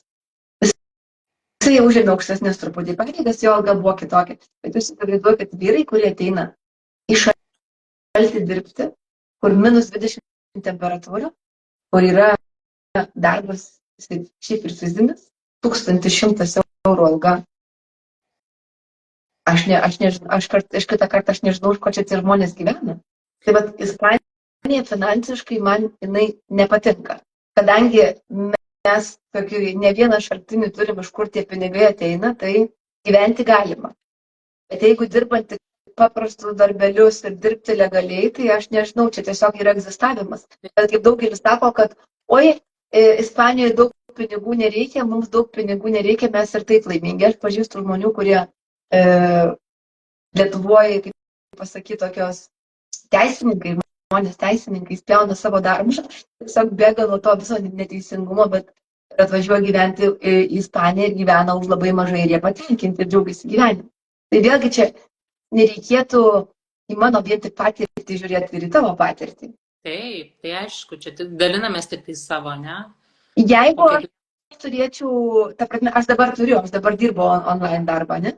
Bet tarkim, jeigu aš dirbu online darbą ir aš bet kurią dieną galiu paimti ir išvažiuoti, ar aš šiandien dienai rinkčiausi Ispaniją, šiandien rinkčiausi Ispaniją antrą kartą. Taip, kad tu, žinai, kaip pasakysiu, kad tau nebūtų depresijos, paskui su manim pakalbėsiu. Kam aš ją pasikviečiau, aš čiaunuosi lagaminus ir aš nešu kailį. Aš žinau, čia tiek laiko tiesu, bet aš labai daug to neigiamų matau, dėl to ir kažkaip nesistengia įsibėgėti labai. Tai, žinai, tu man depresijos neįvarai, tu man tiesiog patvirtini, kas man atrodė. Ir dėl to, kad tu užsidėjai rožinius sakinius, nusėmė juos ir pradėjai kalbėti gerus dalykus, galvoju, tikriausiai aš blogai mąstau. Ne, čia buvo vidiniai rožiniai akiniai, kuriuos aš nešioju kasdieną. Aš žinai, kaip Ispanijai. Pas mane yra vidiniai rožiniai akiniai, pas mane yra paz y amor, meilė ir ramybė, aš tokia kaip hipis plaukiu per gyvenimą, visi šypsausi. Aš iš tikrųjų, taip, mano draugai, kas mane žiūrėsit, jie žino, kad aš eidama gatvėje darau daug istorijų, aš kalbu į ekraną, aš tau tiesą pasakysiu, kad aš nematau šiai dienai, kokie žmonės eina gatvėje. Aš einu, pas mane visą laiką pilna galva minčių, ten paskambinti, ten parašyti, čia tą padaryti. Ir aš stengiuosi nieko nematyti. Mano šeima, mano dukra, mano draugų ratas, kuris, ačiū Dievui, išliko tas pats daugelį metų, kuo aš labai džiaugiuosi, daug labai naujų žmonių ateina į tą ratą. Ir tiesiog įmanoma gyventi, nebūtina susikoncentruoti vien tik į tos blogus dalykus, nes aš manau, kad taip mes niekur negalėtum gyventi, tikrai, nei vienoje iš šaliai. Tai žinai, apie tai ir sakau, kad Lietuvoje irgi galėčiau sakyti, kad kaip ten blogai, jeigu aš lyščiau ten giliau į tą politiką dar kažkur, aš to darau, bet man tai netrukdo gyventi, kad susikurčiau gerbuvį. Aš visuose situacijose ir Ispanijoje čia aš prisiemu atsakomybę už save, už savo šeimą ir mes tada sukamės. Yra kažkur problema, tu paėmė ją ir išsprendi, kad čia sakysim, kad blogai ten Lietuvoje ar blogai Ispanijoje, niekur, visur yra blogai. Ir Prancūzijai blogai, tai ta prasme, niekur. Visur. Nėra nei vienos šalies, kurioje dabar būtų gerai, bent jau Europos Sąjungoje. Nežinau, nėra. Aš manau, kad nebėra. Netgi toj pačioje Anglijoje dabar aš skaitau grupėse, kad žmonės labai sunkiai darbus randa. Aš tiesiog sakyčiau, nereikia mūsų klausyti, kiekvienas turi savo asmeninę patirtį. Jeigu turite kažkokį tą, kaip sako, ispanai sako, kolčion, jie dar pasilikę tais laikais, kaip pinigus laikė čiužiniuose. Tai jeigu tą tokį savo turit čiužinį, kuriame turite pinigų atvykti gyventi į Ispaniją, tai bandykite ir rizikuokite, nes manau, kad kiekvienas turi patirti viską savo kailiu. Nes kaip sako, man nepaėjo korta, gal kažkam nepaėjo, gal kitam labai paės, bet manau, kad į Ispaniją atvykti, ieškoti darbo, nebe tie laikai, kada galėjome dirbti apelsinus ir uždirbti tikrai gerus pinigus. Žinok, aš įsivaizduok, prieš 22 metus aš uždirbdavau į valandą 10 eurų apelsinuose. Tai ką neblogi pinigai prieš 22 metus. Tai galėjai susikrauti apelsinuose didelius pinigus, ką žmonės ir padarė, mes tiesiog gyvename. Dabar ir Norvegijai blogai, bet kaip į Norvegiją važiuodavo į Ispaniją, būdavo tokie laikai. Taip. Tai tiesiog, kas turi online darbą, tai tikrai gali rizikuoti drąsiai. Kas galvoja, kad atvažiuosi į Ispaniją visiškai be kalbos ir kažkur ten atsikrausius, kur anglai ir lengvai įsidarbins, tai žinokit, kad darbas bus juodas. Kokį pavyzdžiui, šiuo momentu dirba mano dukra kavinukėje, bet tiesiog iki kol įsidarbins pagal savo specialybę, tiesiog darosi portfolio, jinai sugalvoja padirbėti ir sudirbti savo pinigus ir sustiprėti kaip asmenybė. Tai daug darbo valandų, darbas sunkus. Kalbą mokėti Ispaniją yra būtina. Kiekvienas irgi, kaip mes ir su Indre bendravom, kiekvienas turi pasirinkti savo netgi mokytoją tą, kuris yra artimesnis prie širdies tą kalbą išmokti, bet jinai Ispanijoje yra būtina. Ir dar priklausomai nuo regiono, tarkim,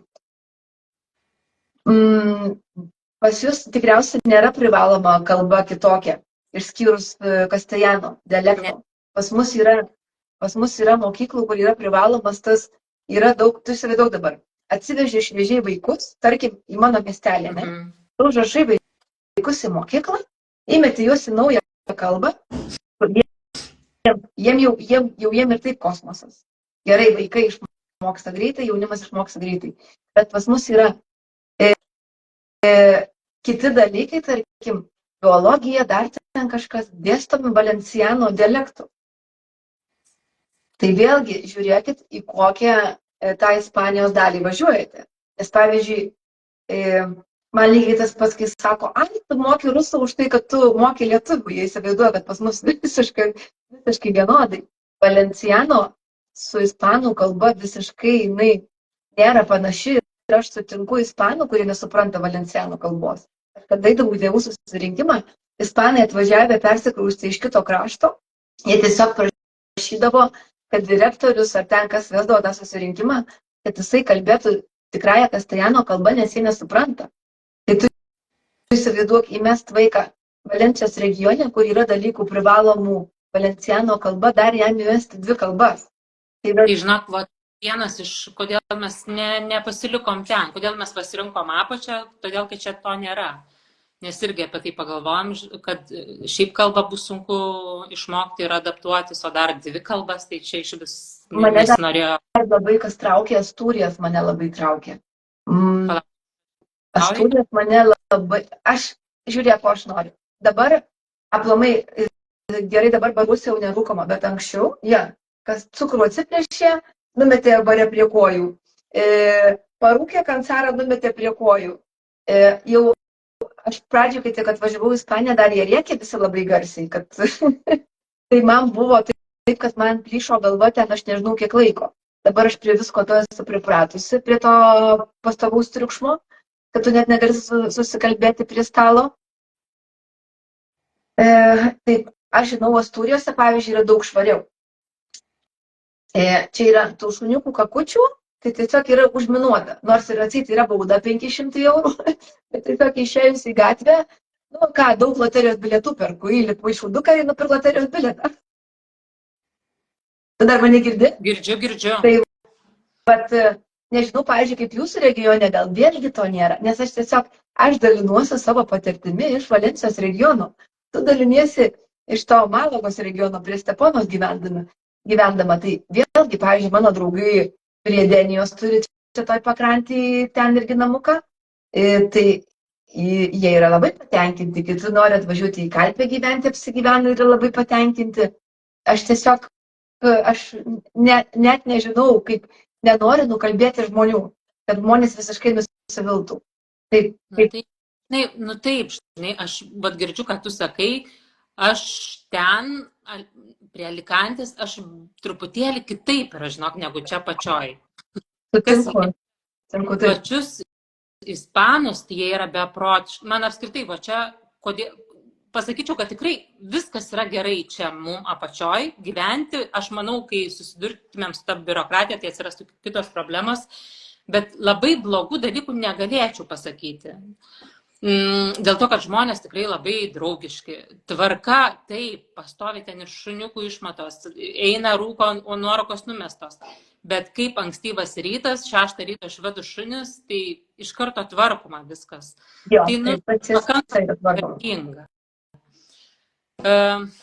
Kas čia dar? Aš tą pasakysiu tokį vieną dalyką, aš pradžioje labai piktinausi dėl tokių visokių dalykų, bet kada man dingo noras kažką aplamai galvoti, koreguoti, galvoti, kad čia jie tokie ar anokie, kai atėjo tas suvokimas, kad mes atvykome į Ispaniją ir mes turime prisitaikyti. Ne jie atvyko, kaip pasakyti, ne jiem reikia keistis, man reikia keisti mąstymą. Yra 2 pasirinkimai. Kaip sako Lietuvoje čemodan vokzal, tai toks pasirinkimas mano čemodanai ir važiuoti kitur ieškoti laimės. Žinok, kai aš atvažiavau, man čia buvo irgi šokas, bet man nebuvo keista, kad jie taip elgėsi, nes pas mus Lietuvoje prieš 15 metų lygiai taip pat elgėsi. Taigi taip pat mes atsidarydavom langą, pro langą šiukšlę meti, tiesiog taip vykdavo ir pas mus. Tai man Ispanija, kad ir dabar atrodo, kad viskas panašiai, taip kaip buvo, jie labai atsilikusi, ta prasme, noriu trumpai pasakyti. Aš manau, kad su laiku galbūt ir čia ateis ir ta tvarka ir tiesiog viskas čia, toks jausmas, kad Lietuva prieš 15-20 metų. Kažkaip, tas jausmas, žinai, kad sugrįžau atgal. Bet žinai, kas iš dalies mane tai ir tenkina. Kaip aš atsimenu, kažkada nusipirkau batus, važiavome į Lietuvą atostogų, jau sakau, dabar tai būsiu mandriausia pana mieste, Alytui bent jau. Nežinau, kaip į Vilnių nuvažiavot, bet į Alytui būsiu mandriausia pana. Atvažiuoju, o ten 2 metai praėjus tą madą. Tai čia žinai, kas man patinka? Jokių madų nereikia vaikytis.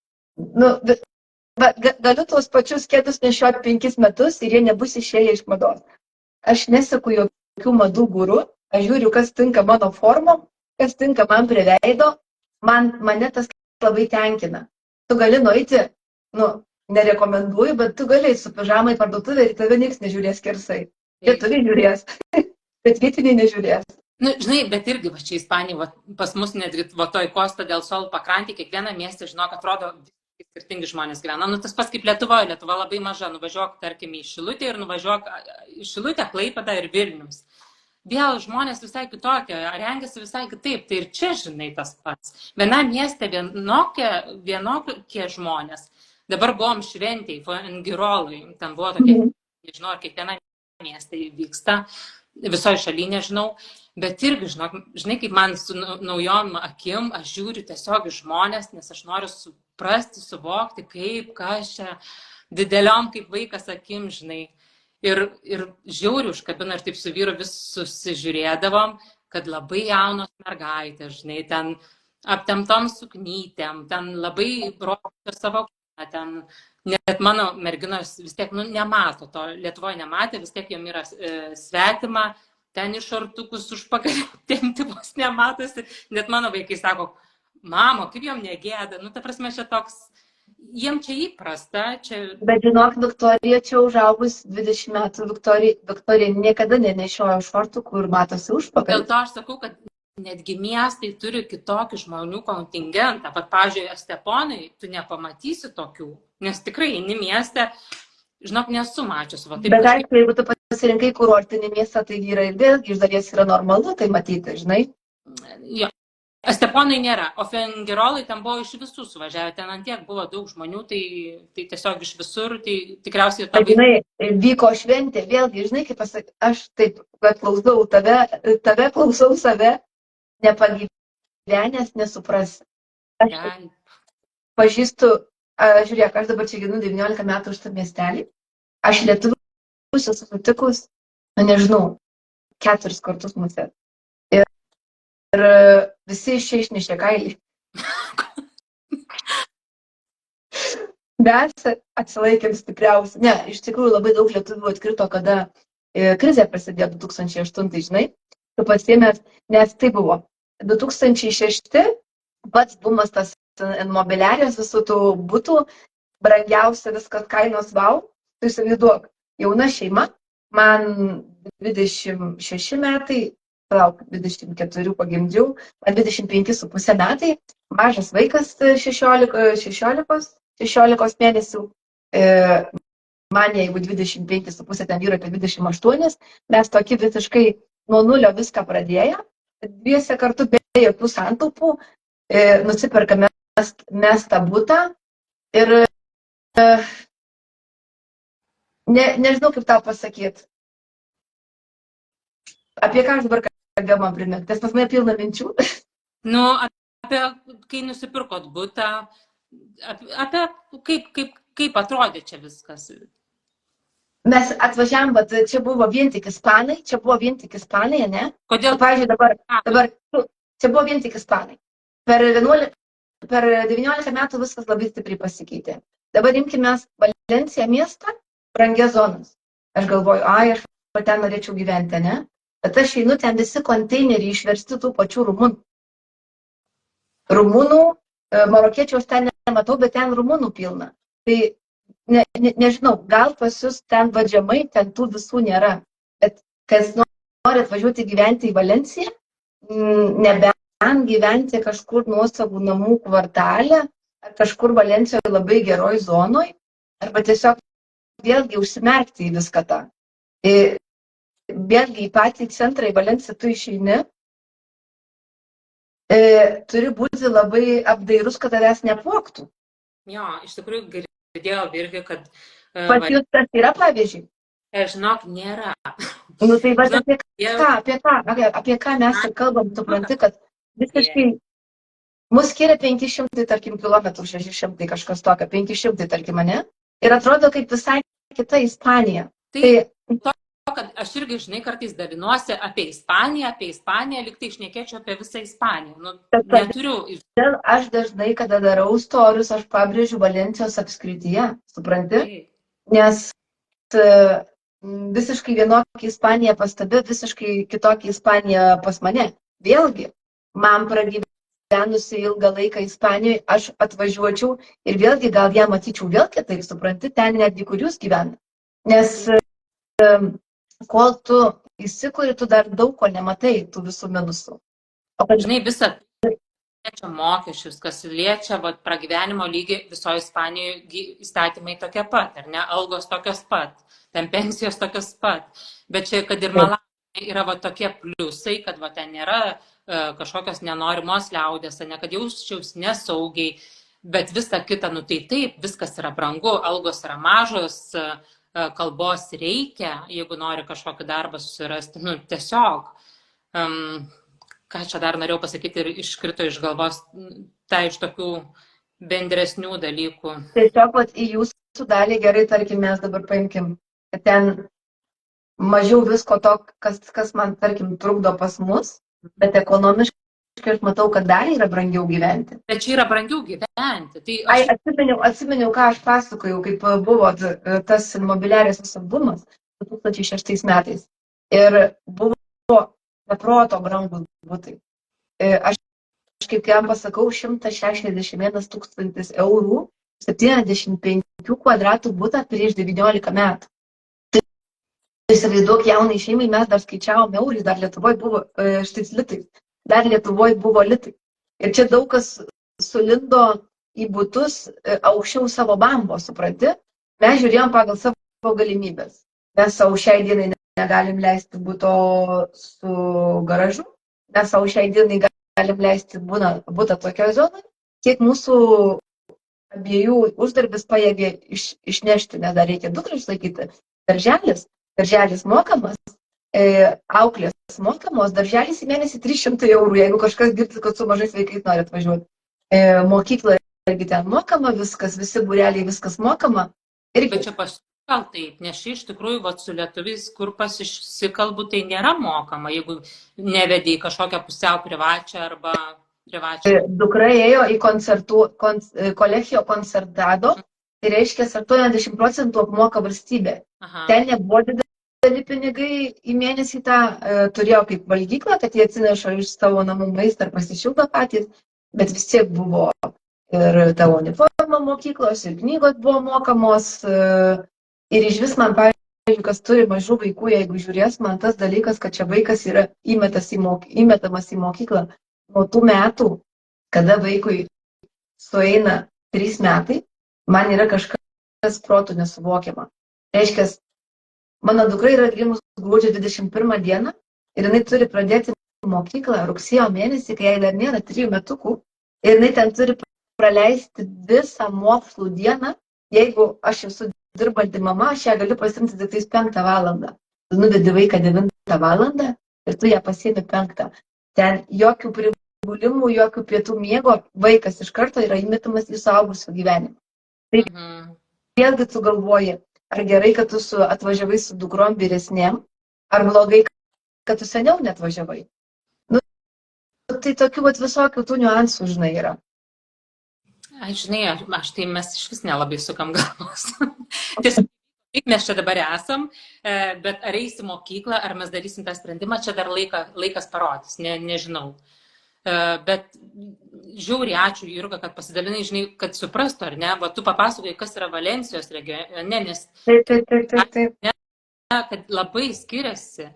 Tai aš irgi atrodo dabar apie tą Costa del Sol pakrantę, aš labai daug gero galėčiau pasakyti, bet aš negyvenu čia. Bet bendravau su lietuviais, kurie gyvena ir ne vienus metus, tai labai blogo kažko tikrai negirdėjau. Aš asmeniškai girdėjau iš jūsų pusės labai blogo. Gyvenant tų pačių žmonių ten. Patirtis. ir žinai, negaliu kiek sakyti, kiek gavau nuo širdžiai tos informacijos, nežinau, bet, atrodo iš fainų žmonių ir ta informacija pakankamai buvo nuo širdį ir teisinga, ir ką aš dabar matau. Mes kiekvieną žiūrim iš savo tą pagal, kaip pasakyti, iš savo perspektyvos, žinai. Taip, ir žinai, aš tau irgi, taip, paimkim dabar taip, mano gyvenimo būdas dabar yra rožiniai akiniai, į viską žiūri pro pirštus.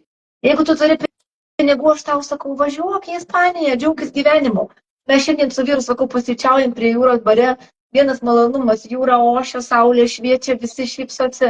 Ko dar reikia žmogui gyvenime pagalvojus? Tai taip, gal pagrindinis ir yra, žinai, ką aš sakyčiau, kas čia yra blogai, kur aš esu, tai tai nėra blogai. Ta prasme, jeigu tu gali turėti pinigų, jeigu tu turi darbą, kur tu galėsi pragyventi labai gerai, bet akcentas, ne, kad čia yra brangu. Ir tai reikia suvokti, kad čia yra brangu, kad tu turi uždirbti daug.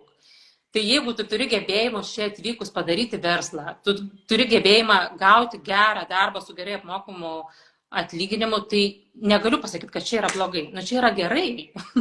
Aš nesitikėjau. Ir daug darbo vietų patys mes galim sukurti, susigalvoti. Žinai, aš taip ne. Viskas priklauso. Taip, jeigu tavo kompetencijos ar ten išsilavinimas neleidžia gauti tau geresnio darbo su geresnio atlyginimo, tai taip, tikrai bus sunku. Jeigu neturi gebėjimų kažkaip užsukti kažkokį verslą, tai bus žiauriai sunku, nes čia nepragyvens niekaip.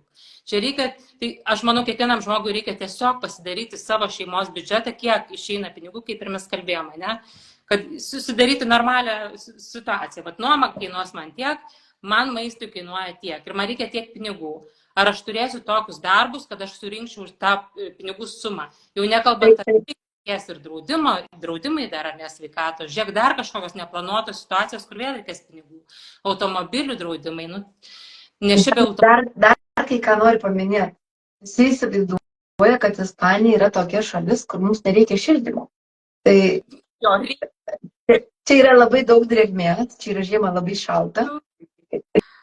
Reikia šildyti daug. Taip, tas šildymas yra visas elektra. Vasara ateina rugpjūčio mėnesis. Ten jūsų toj vietovėj, tai irgi panašus turėtų būti oras. Praeitą vasarą mes praleidom Lietuvoje ir mūsų draugai sakė, kad gal kokias 3 savaitės apie 45 laipsnius kasdieną. Tai vėlgi, jeigu pabėgam dėl klimato į Ispaniją, ar galės pakelti žmonės tą klimatą vasarą? Mes praeitą vasarą buvom iki rugpjūčio, tai buvo kosmosas, tai tu tiesiog gyveni su kondicionieriu.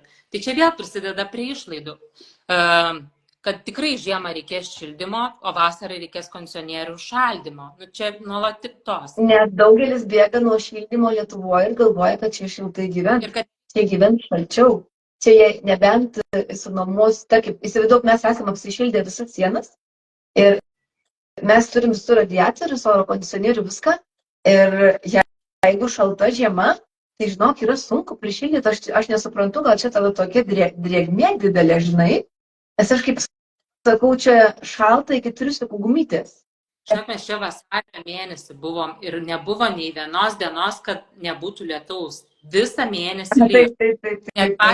Vietiniai sakė, kad nėra tai buvę. Tai kaip ir tu mačiau dėjų istorijų, žinok, man lygiai tas pats. Aš net pralijo 3 savaitės, šit niekada to nėra buvę. Džiovyklių čia nenaudoja, aš rūbų negaliu išsiskalbti, nes nėra kur džiūti, nes iš vis nedžiūna, nes drėgmė kosminė. Visą mėnesį visiškai jungia turėjom šildymą ir čia be šildymo tiesiog neįmanoma gyventi. Tai čia ir pats tas klimatas labai keičiasi. Dabar žiūrėk, mes dabar šnekam apie mūsų sritį, tavo sritį ir mano sritį. Madride gyvenantis žmogus turės džiovyklę ir turės centrinį šildymą.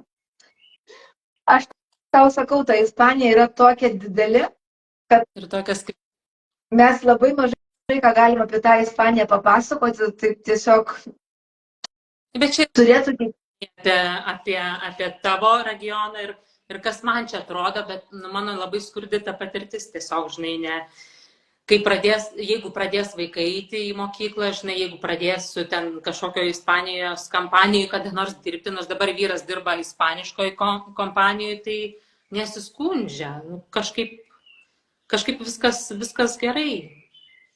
Man kažkaip atrodo, žinai, kad didžiausia problema, aišku, tu papasakoji tą baisybę apie tos emigrantus ir tikrai, kai dabar nejaučiu, bet aš atrodo supranti, kad už sienos tai jie yra, kad ir tu jų nematai, nejauti. Tai už 100 kilometrų jie yra ir galbūt tai sudarys kažkada problemą. Žinai, kaip pasakys, čia pas mus tokia yra tiksinti bomba, žinai, aš tau pasakysiu. Jeigu tavo, taip pasakysiu, aš šiandien bandau padaryti viską, kad kažkada kažkam įvykus aš galėčiau išnešti iš čia kailį. Nežinau kur, gal aš netgi galvoju į Andorą pabandyti kažkur. Ispanija marokiečių atžvilgių, ta prasme, mes turim viduje juos ir mes turime juos labai arti. Jie yra taip pasakę, tie visi, kurie atplaukė pabėgėliai, jie pasakė, jūs tas valtis kaip neutilizuokite, jūs jas pasilikite, nes jums reikės su jomis bėgti iš čia. Jurga, bet 7 yra pagal kariuomenę Ispanija, ji labai saugi šiaip kariuomenė. Brangioje, dabar aš tau pasakysiu, Ispanija pagal kariuomenę. Žiūrėk, įvyko potvynis, ne? Pas mus Valencijai, kad aš dabar nesumeluočiau, yra 11 000 karių. Jie atsirado ten toj zonoj, kur įvyko potvynis 4 dieną.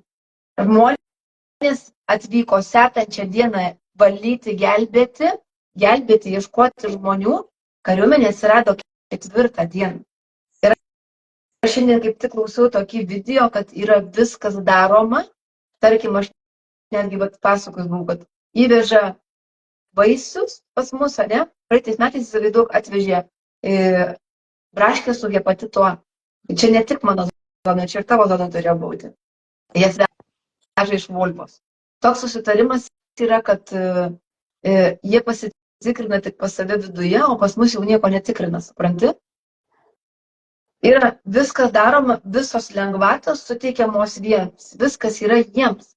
Ir toks, man kartais toks vyksta jausmas, pavyzdžiui, kaip mūsų tas Pedro Sančes, jisai labai kažkaip ten tie glaudūs ryšiai su Maroku ir visokios tos nuolaidos Marokui. Ir ar nevyksta marokiečių perkelimas į Ispaniją? Toks mano klausimas būtų. Žinai, sakau, tu gali būti visiškai politiška, galiu sakyti teisybę, kaip aš matau Ispaniją šiai dienai. Ir ar man kelia kažkokią baimę? Ne, man nekelia baimės, nes visur kažkas tai vyksta. Bet kad grėsmė yra, jinai yra didelė. Jurga, iš tikrųjų nėra kur pabėgti. Ispanijoje Marokas, Lietuvoje Rusai visą Pabaltiją, Prancūzijoje vėlgi visokių terorizmų, Vokietijoje irgi kiek kartų teko nakvoti, žinok, ir taip važiuodami stodavom miesteliuose. Tai su vyru stebėdavomės, kad vokiečių nepamatysi kai kuriuose miesteliuose. Taip. Nu, čia dar matau ispanų, dar matau daug ispanų, dar viskas gerai yra. Žinai, jeigu pradėsi labai viską žiūrėti, tai atrodo nėra kur bėgti, turi visiškai pasislėpti kažkur. Ispanija, žinau, kas yra, jinai neturi ginkluotės. Kas neturi? Ispanija neturi ginkluotės. Prasidėjo karas Ukrainoje, jie pasirodė, kokią ginkluotę jie turi, jie viską išsiuntė, viską atidavė ir ten nieko neveikė, ten nešaunančius ginklus ir taip toliau. Bet tai kaip girdim, nes mes kaip tik girdim, žinai, Lietuvoje, girdim, kad kaip tik Ispanijai neduoda daug ko. Tiesiog, jie visiškai... Jie viską čia išsiuntė ir aš manau, kad jie nieko neturi ir armijoje sako, kad tų pinigų trūksta ir... Žinok, iš tikrųjų labai nenoriu per daugiausiai gilintis, bet kad Ispanijoje yra grėsmė ir ta tokia tiksinti bomba, neaišku, kada kas gali įvykti, nes jie yra pasakę, kad jie nepaims Ispanijos ginklais, o paims kiekiu. Pažiūrėk, kiek Ispanija turi vaikų. 1 vaiką turi. Aš kada gimė mano dukra, man viena Ispanija pasakė, turėk tiek vaikų, kiekviena galėtum tų vaikų išauginti. Ir man tai užsifiksavo ir aš supratau, kad aš tokioj šaly kaip Ispanija, kur visiškai nėra jokios paramos, kad turi vaiką, aš supratau, kad aš galiu auginti tik tais vieną vaiką. Ir tai aš viena gyvendama, aš niekaip neišsilaikyčiau, nu niekaip. Be šansų, tu dabar save įsivaizduoji vieną? Baigtų, niekaip, nu ta prasme visiškai. Ta prasme, ir taip suprantama, bet Ispanijoje nebūdavo iš tikrųjų taip. Prisimenu, buvo prieš porą, čia gal kai COVID buvo, tos kainos tikrai tokios nebuvo. Netgi žiūrėjau Malagui, būdavo ten, galėdavai butą išsinuomoti už 800 ir dauguma lietuvių tais tada prieš tos kelis porą metų, 3, kurie dabar nuomojasi, jie ir išsinuomojo už 700-800 8 kvadratų butą. Ir dabar tas 1200 čia tik yra poros metų tas pabrangimas. O tu negalvoji, kad viskas prasidėjo, kai karas prasidėjo? Ir karas, taip, nes čia labai daug ukrainiečių suvažiavo. Taip. Bet žinai, ukrainiečiam kitiem duoda būstą ar nemokamai. Ir Raudonas kryžius ir taip. Palauk sekundėlį, atsiprašau, už truputėlį leisiu Katinai virtuvę. Braip. Taip, tai neleidžia, virtuvę valgyti vaikas nori. Valgyti, Katinas nori, tai dabar atniauks, kol aš tiesiog neatsikelsiu. Žinok, aš specialiai greitai prieš laivą išvedžiau šunis, pamaitinau, kad dabar miegotų ramiai, jaučiu, negirdi, kad knarkia. Nieko negirdžiu. Tai mes gal paleisim žmonės, nes mes iš tikrųjų, aš tau sakiau, kad mano laikrodis yra sustojęs, laimingi žmonės valandų skaičiuoja. Bet žinok, šitas jau daug valandų rodo kitas, kuris nėra sustojęs. Tai kam įdomu, manau, kad mes viską papasakojom, koks šitas gyvenimas Ispanijai. Nėra jisai blogas. Niekas. Susidedam rožinius sakinius ir viskas. Ir žygiuojam toliau. Tau po šiandien pokalbė mūsų koks noras? Tepti slides ar pasilikti bandyti? Bandyti. Bandyti. Ta prasme, o ką gali? Mes vis tiek čia esam ir negaliu pasakyti, kad aš labai galėčiau skūstis. Bet taip, po tavo pokalbio man dar labiau, žinai, užsitvirtinau tai, kad nedarysiu skubų. Kad aš nebegalėčiau apsisukti ir važiuoti atgal kažkur, ar į Lietuvą, ar kažkur. Tai dabar mėgaujuosi šią patirtim, patinka dabar Ispanijoje ir viskas yra okei. Tai kol kas Ispanijoje galvoji dirbti pagal savo specialybę, nes čia labai trūksta specialistų. Ar bent jau taip galvoju, kad pas jūs tokia mintis yra? Žinok, labai daug kas manęs klausia, kodėl aš nedirbu kirpėja. Tai kas yra kirpėjas, supranta, kad nėra taip paprasta kirpėja dirbti. Čia turi įsitvirtinti, reikia labai didelio laiko, nes tavo alga yra didelis klientų ratas. Tai kol kas aš intensyviai iš tikrųjų mokusi kitos specialybės, tai kol kas ir nepradedu, bet aišku, dirbsiu ir kirpėja, bet jeigu liksim čia, tai planuose ir kažkoks nuotolinis darbas, kur ruošiuosi. Tai irgi patarimas kiekvienam, kad irgi, jeigu neturi darbo, čia labai gera proga, nesvarbu, kiek yra metų, pasiieškoti, pasimokyti, nes dabar tokie laikai, iš tikrųjų daug kas, dabar kur mokusi to skaitmeninio dizaino, tai nesu ta viena jauna, ta prasme, tokia metuose vyresnė, ta prasme, ne metuose, nusišneku jau velės liežuvis. Bet yra daug mano metų ir aš jaučiuosi labai gerai, nes dabar gali įgyti specialybę, kur galėtum dirbti nuotoliu. Dabar davai mintį, ką dar galėčiau pridurti. Taip, žiūrėk, mes dabar jau... Žinai, kas manima, aš truputėlį, atsiprašau, pertrauksiu, kas man labai Ispanijai patinka. Nėra amžiaus ribos. Čia Ispanai 40 metų pradeda šeimyninį gyvenimą, 45 gimdo, tai tu niekada nesi senjoras. Senjoras esi tada, kada tu nusprendi pats. O tai gali būti ir 80 ir 90 metų. Jeigu tu esi jaunatviškos sielos žmogus, tavęs niekas nevadins senjoru. Mane Lietuvoje tai labai šokiruoja, kai žmogus 60 kelių metų save vadina senjoru. Man nesuprantama tai yra. Taip, nes tu net darbo neberasi. Jau 5-50 metų Lietuvoje jau esi vos ne senjora, kad tave į darbą priimti yra labai sunku. Tai dar vienas iš didžiulių pliusų čia, ką aš matau padavėjai dirba 60 metų. Ta prasme, ir čia visiškai nėra to. Ir prisimenu, kai su tavim šnekėjau, pirmas sakinys buvo, kai aš į tave kreipiausi jūs, nes išauklėtas vaikas. Ir vaikai nedrįs manęs vadinti jūs. Tai, žinai, tai labai daug neigiamų dalykų pripasako mane, bet realybė čia, bet, Ispanija iš dalies, turi labai tokių didelių pliusų. Vat, ypač artumas su žmonėmis, taip. Kaip mes vieną dieną abidvi su tavim kalbėjom, kad paprašy, kad žmogus tau kažkur, tarkim, kažkur eini ir nežinai, kur nueiti. Tai tiesiog žmogus vos ne iki vietos tave palydės, noras padėti žmonių, kaip ir aš minėjau, jauna šeima, mes užsieniečiai, mums laidavo už butą, mums laidavo už pirmąją mašiną.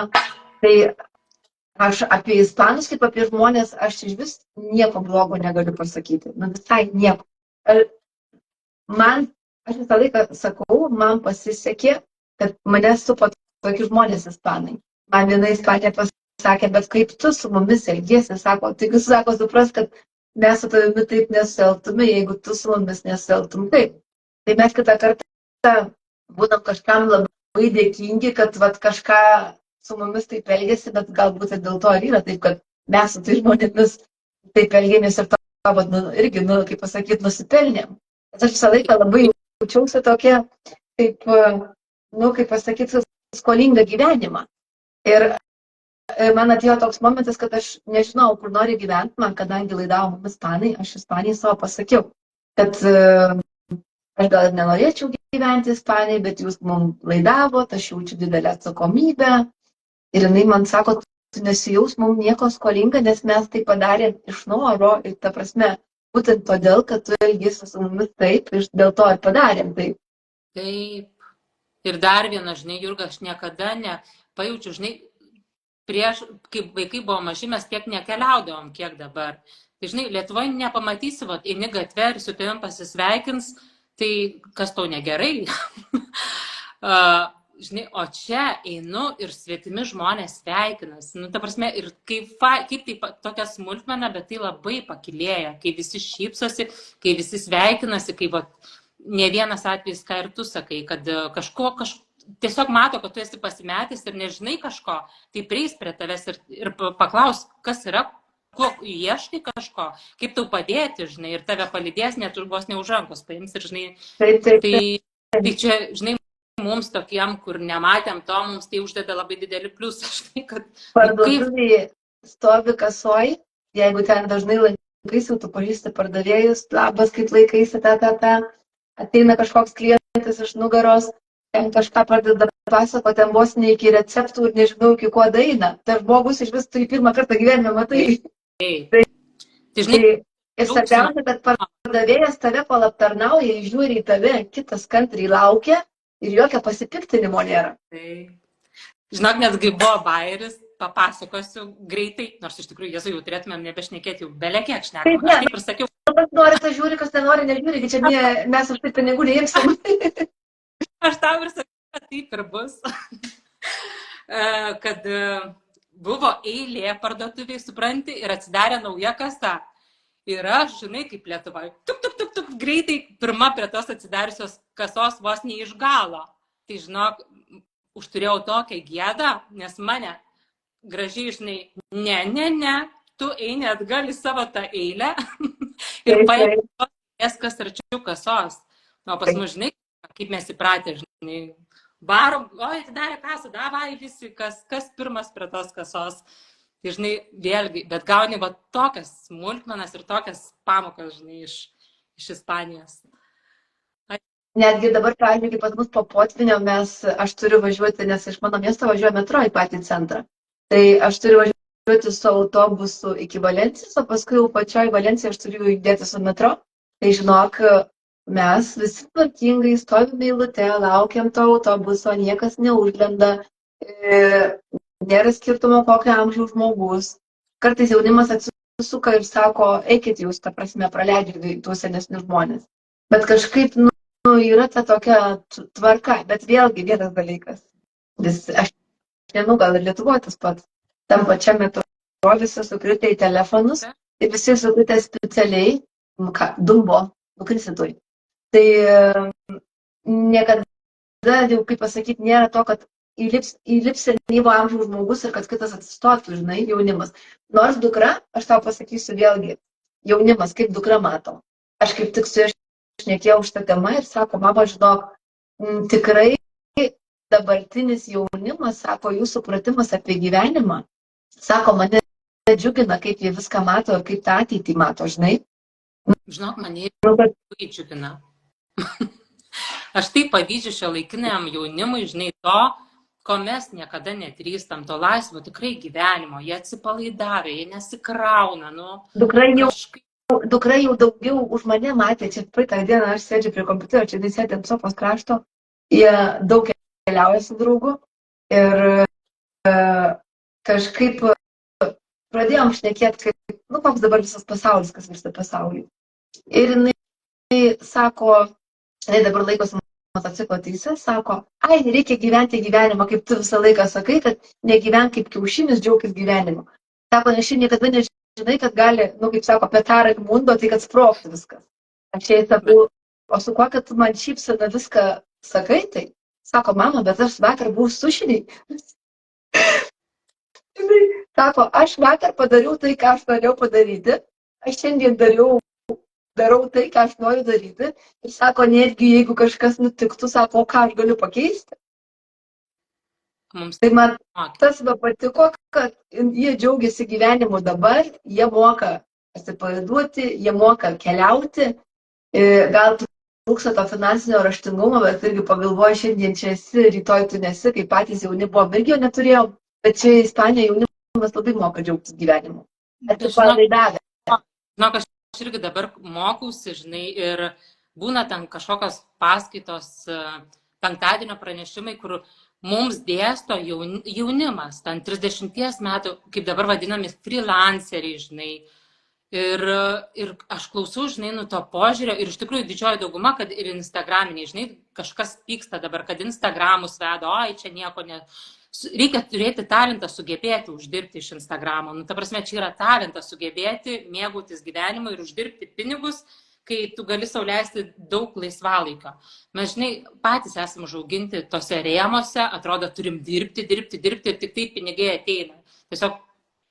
Žinai, kiek yra tų kaip influencerių, kaip čia lietuviškai vadinasi, nu, to pačio Instagramo įtakotojų, nuomonės formuotojų. Va.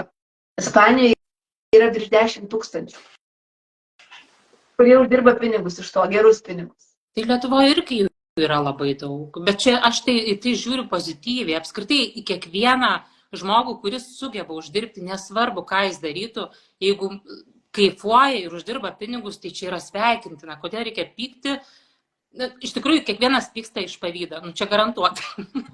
Kaip tas, kuris turi baimę kažką daryti, žinai, kaip aš anksčiau mačiau, kad ai, ten pyksta iš pavydo ar dar kažko, bet žinai, pas tą žmogų dažniausiai ne tai, kad nenoras veikti, o žinau, pasididelė vidinė baimė.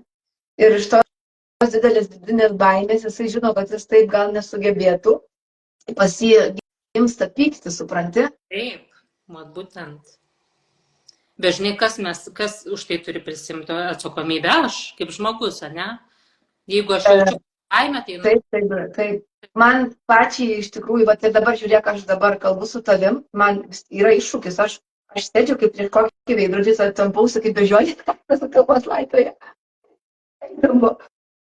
Aš nieko nematau, bet aš matau save ir aš nematau tavęs. Tiesiog nežinai, ar čia mirksėti, judėti ir nejudėti, bet tiesiog netgi tas pats gyvenimas Ispanijoje, tai yra perlipimas per save, sužinojimas savo galimybių. Ir, kaip sakau, kaip tu ten, mačiau postą pas save parašėjai, ar aš gavau, aš buvo, tu čia išė, bet aš gal parašiau posto gale, kad galbūt privers susimastyti, kad, nu, maždaug rizikuoti, žengti tą žingsnį. Tai drąsos viskam reikia ir reikia būtinai bandyti, kaip pasakyti. Aš visą laiką sakau, tikroji laimė prasideda ten, kur baigėsi mūsų baimės.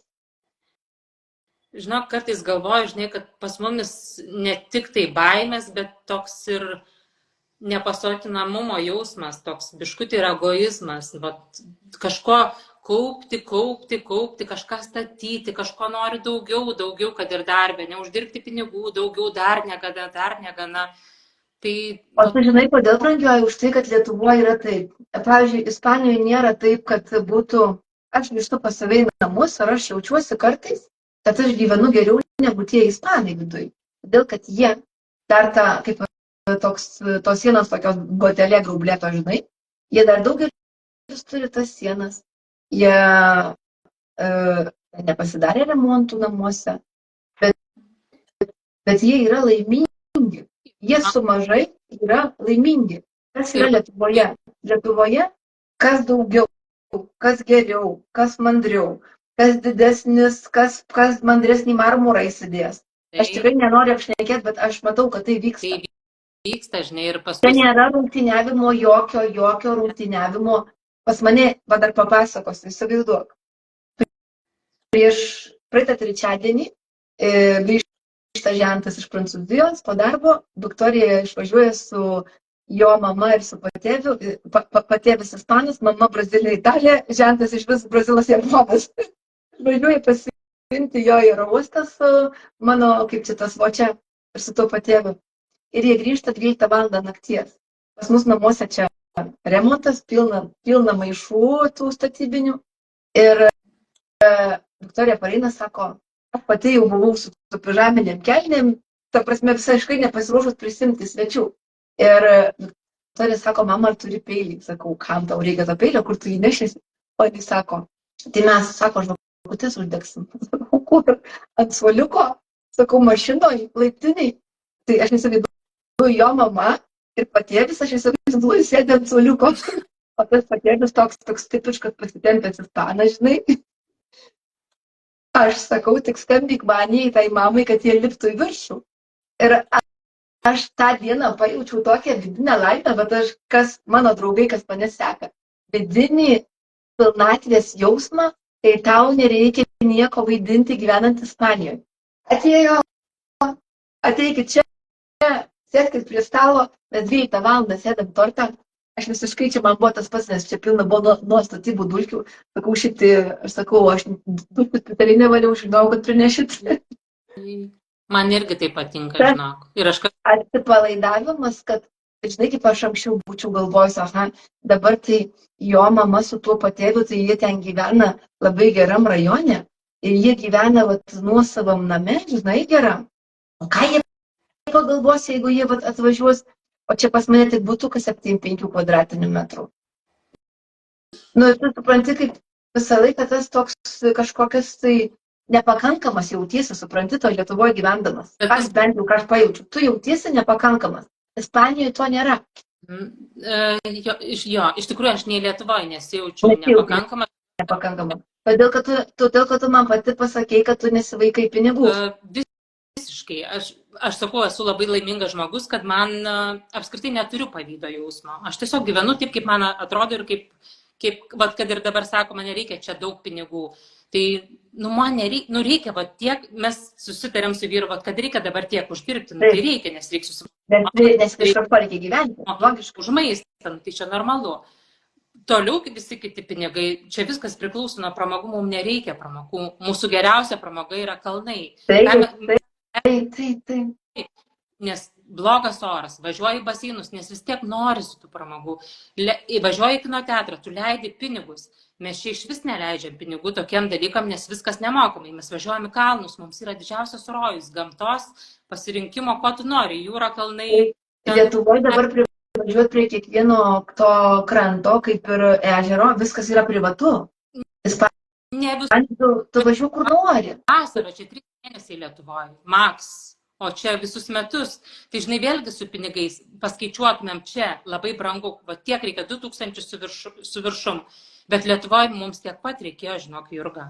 Nes maistas pat išleidi. Butas irgi didžiulės paskolos, išleidi pramogom, praktiškai tokių pačių pinigų mums reikia ten ir mums reikia čia. Bet čia šiek tiek mes jaučiamės laimingesni, dabar nelaimingi, nes vyras biškutį tokį darbą dirba, žinai, bet galbūt jeigu įsitvirtinsim taip, kad jis bus namuose nuolatos, tai mums čia yra pasaka. Mes turim tai, ko mes norim, mes esam gamtos žmonės, Ir Aš atsiprašau, labai katinas vadovauja, aš turiu pakelti dėliuką, jis turi atsigulti ir aš turiu jį užkloti. Prašau, ponas, dirbkite. Prašau. Aš nestovėsiu 2 valandas. Dieve, kaip lėliuką, į lovytę turi paguldyti. Va taip man vadovauja 11 metų katinas. Labai. Aš anksčiau būčiau bijojus pasikelti, man katinas kliaukia ir čia niekas negirdi, bet aplamai čia yra gyvenimas. Aš žinau, dabar iš vis tokia atsipalaidavus gyvenu, aš visiškai negalvoju, kas ką galvoja. Nežinau, aš gal todėl ir pradėjau kalbėti į tą eterį, nes aš bendrauju su visokio amžiaus žmonėmis. Mano vyriausia draugė yra 67 metų, aš pati 44. Iki labai jaunučių, iki 67 metų. Ir aš sutinku žmonių, kurie 60 metų gyvena Lietuvoje ir dar bijo, ką pasakys kitas, dar bijo gyventi. Jau jį vadina senjoru, o jis dar bijo gyventi. Ir aš tiesiog išėjau į eterį su kokiu tikslu? Skleisti pozityvą. Galvoju, dirbsiu, galvoju, dirbsiu online, vis tiek, kaip sako, jeigu tu nesi online, maždaug tai tu esi kaip ir miręs, tu esi nematomas. Bet čia tokia realybė yra. Kas mane stebi, pavyzdžiui, kaip aš pradėjau gal prieš metus laiko, kiek, kur aš buvau, kaip pasakyti, nesakysiu, čia tipiška lietuvė, tipo visi lietuviai susikaustė, tikrai taip nėra. Bet vis tiek buvo daug tokių, bet dukra užaugo Ispanijoje, jinai neturi gėdos. Jinai neturi gėdos, aš ją vedžiau specialiai dar į teatrą, kad tai tos gėdos neturėtų. Ir pas ją kirminų tokių galvoj nebuvo, kokie kirminai buvo pas mane, tai galvoj, žinai. Taip, Jurga, žinok, aš tau sakiau, nežinau, žinok, aš atsivežiau čia savo vaikus, čia dar vienas, žinai, toks pliusas didžiulis, mes jau taip jas tampam visur, mes stengiamės važiuoti, kad jos kuo daugiau pamatytų. Ir aš stebiu savo merginas, nors ir matau, kad jos vis tiek yra drąsesnės negu Lietuvoje, esantis kai kurie. Netgi dabar, kai grįžome į mokyklą, lietuviškai aš kelius tos mėnesius paėjo mažam miestelį į tokią mokyklą ir mokytoja iškart auklėtoja pastebėjo, žinai, mano diškė, kokia jį drąsi, nes eina kalba, šneka, žinai. Ir čia vėl galėčiau, žinok, padėkoti. Dabar aš tau pasakysiu vieną dalyką. Kodėl? Aš, žinai, paskutiniu metu labai analizuoju tą, kaip pasakyti, tą patį gyvenimą, ką aš galėčiau patarti žmonėm, kaip viskas buvo, kodėl vyko. Dabar žiūrėk, vaikas eina čia į mokyklą, ne? Ir pas mus yra jūs. Tas didelis barjeras su lietuviais. Aš tikrai negaliu pavadinti nei lietuvių šaltai žmonėmis, nei kažkokiais kitokiais prastesniais, nei ispanais, nei dar kažkuo. Mano rate, mano lietuviai, kuriuos aš steku, kurie man įdomus, kurie mane seka, su kuriais aš bendrauju, aš galiu pasakyti tik gerus žodžius, visą laiką gaunu tik palaikymą. Nu taip, tai nuostabu. Bet pasižiūrėk, barjeras jūs, mes padedam bendrauti, aš sakau, parašau mane vadink tu ir aš pati pirmą tą žingsnį padedu vadinti tu, nes sakau, mes tada galėsim pereiti į kitą tą bendravimo lygį. Ir dabar žiūrėk, Viktorija eina į mokyklą ir aš girdžiu, kaip jinai, pas mus tokia nedidelė mokykla, ir aš girdžiu, kaip dukra su direktorė kalba tu, su auklėtoja tu. Pertraukos metu atbėga, tarkim, aš atėjau pasimti, atbėgo, apsikabino auklėtoja, auklėtoja apsikabino 5 vaikus. Ai, Marija, Kosate, nežinau, kas ten ką. Aš atsimenu, auklėtojas vienais metais išskirstė klases ir vyras mokytojas. Aš jau kodėl ašarom verkiu, sėdžiu pas direktorę. Sakau, pakeiskit man klasę. Sako, tu nežinai, kokio gerumo tas mokytojas. Ir tas visur supranti, kai vaikas auga be barjerų. Iš vienos pusės atrodo mums, kaip atvažiavusiems čia, kad yra neteisinga. Bet Viktorija eina pas klasiokės mamą, pas klasiokę eina pas vieną, pas kitą, ten jinai su tėvai šneka, tu, močiutė, tu, bet ją ir prižiūri kaip savą, supranti? Močiutė kaip savo anūkę, draugės mama kaip savo dukrą. Jurga, pasakyk, galvoju, kad yra nepagarba, kaip tu drįsti vaikas sakyti tu. Nu, čia tiesiog. Taip, taip, bet tas yra dalykas, kad reiškia, jeigu tu žmogui, tu įsivaizduoji, kad tu fiksėsi su žmogum, atsiūs nežinau ką.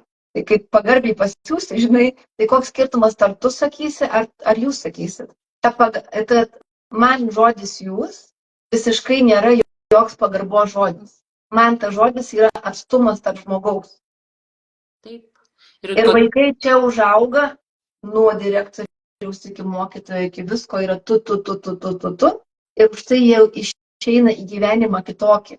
Nes jie nejaučia barjero, jie nesako, nuėję darbę direktoriui jūs. Aš žinau, dėl to ir džiaugiuosi Lietuvos jaunimu. Ta prasme, žiauriai džiaugiuosi todėl, kad iš tikrųjų jie keliauja. Mes jau pagaliau lietuviai keliauti tėvai, jie juos vežasi į užsienį ir mato visai kitokią aplinką.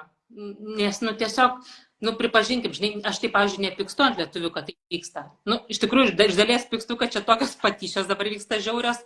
Bet mes labai skaudžią praeitį turėjom, tai labai skaudžią, tai tiesiog labai daug laiko reikia. Tai viena iš, žinai, mano svajonių, aš, pavyzdžiui, niekada nesvajoju kažkur kitur gyventi. Vis tiek man Lietuva yra mano namai. Taip, tu esi patriotė, taip, aš galvoju, kaip tau turi būti sunku, nes tu esi patriotė. Taip, bet aš visą laiką, žinai, galvoju, kad aš norėčiau, kad vaikai pamatytų tai, kas čia vyksta ir parvežtų į Lietuvą. Ką aš ten ir matau, džiaugiuosi tuo jaunimu. Tai aš noriu, kad iš to jaunimo būtų ir mano vaikai užaugti, į tą nuostabų jaunimą ir kitaip tą pasaulį matytų. Ir nebūtų tokie susikaustę, nepasitikinti savimi, kai nepasitikė savimi, kažkaip nori kitus skaudinti, kitus žeminti, tai va. Labai sveika, ką norėjau trumpai pasakyti, labai sveika išvažiuoti iš Lietuvos už sienos ir parsivežti kažką į Lietuvą. Tai tikrai sveika. Taip. Tai gerai, mieloji, mes, žinok, baigiam. Nes tu kaip ir sakei, kad mes abidvi pilnos kalbos, tai žinok, mes čia 2 valandas kalbėjome. Užpliurkime. Gerai, ačiū labai, kad mane pakvietei. Jei kam kažkas įdomu, kažkas atsikrausės į Valenciją, reikės kažkokius popierius tvarkyti, kažką kreipkite ir padėsiu be jokio atlygio. Žiūrėk, Jurga, gal ir mes sugalvosim į Valenciją. Nerekomenduoju. Tau po tavo apatinės zonos bus truputėlį trauma. Mes tik trumpam, Jurga. Aš tokia truputį esu altruistė. Ne, susipažinti mes jau susitarėm, kad mes turim tai padaryti. Ar jūs lepūsų, ar pusiaukelį, ar kažkaip tą padarysim. Bet aš tokia truputį esu altruistė ir aš galvoju, jeigu aš turėčiau, bet aš moku kirpti tik vyrus. Aš galiu apkirpti moteris, bet prasme, aš nesu kirpėja. Ir aš galvoju, jeigu aš turėčiau vyrą, kuris irgi yra kirpėjas, dažnai padaryčiau Ispanijoje, mokėdama kalbą. Nereikia ją idealiai mokėti. Aš važiuočiau į kaimus, nes yra jau tokių kaimų, kur tikrai gyvena tik tais seni žmonės. Ir jiem yra toli miestas ir ten nėra tų jokių kirpėjų. O gal, žinai, kaip pasakyti, gali būti, kad apie ką tu pagalvoji vakar, apie ką tu pagalvoji šiandien, kitas jau pagalvojo vakar. Žinai, todėl dėl ko visus skatinu veikti. Bet visi bijo ir paskui prisibijo iki tiek, kad jau apie ką jie šiandien galvojo, jau kitas realizavo jo idėją. Tai tiesiog aš pagalvojau, kad važiuočiau per kaimus ir, kirpčiau tuos visus senus žmonės. Tave išmokyti reikia kirpėjas amato. Aš išmokau kirpti, aš turiu ir gerą mašinėlę, tą valą, kaip ten vadinasi. Turiu ir kontūringo. Bet, ta prasme, mane iš tikrųjų visą laiką traukė kirpėjo mokintis. Bet taip gavosi, kad Lietuvoje baigiau konditerių kulinariją, o čia iš vis baigiau pardavimų valdymą. Niekas tarpusavy nėra susiję. Tai atvažiuosi, aš pasijausiu ir važiuosim kirpsenelių. Taip, padarom tai. Man tai pas senelius sunkiai, žinai, išsigąstu, nes iš viso nesusikalbam. Yra baig. Aš vertėja būčiau. Tai va. Ir kirpti to pačio. Gerai, Jurga. Gerai, mieloji, viskas. Iki kito malonaus. Pradėsim dar kažkokį tai laivą kartu, manau. Labai smagu. Gerai, dėkui, kad pakvietei. Ir iki. Čiau. Visiems. Ate.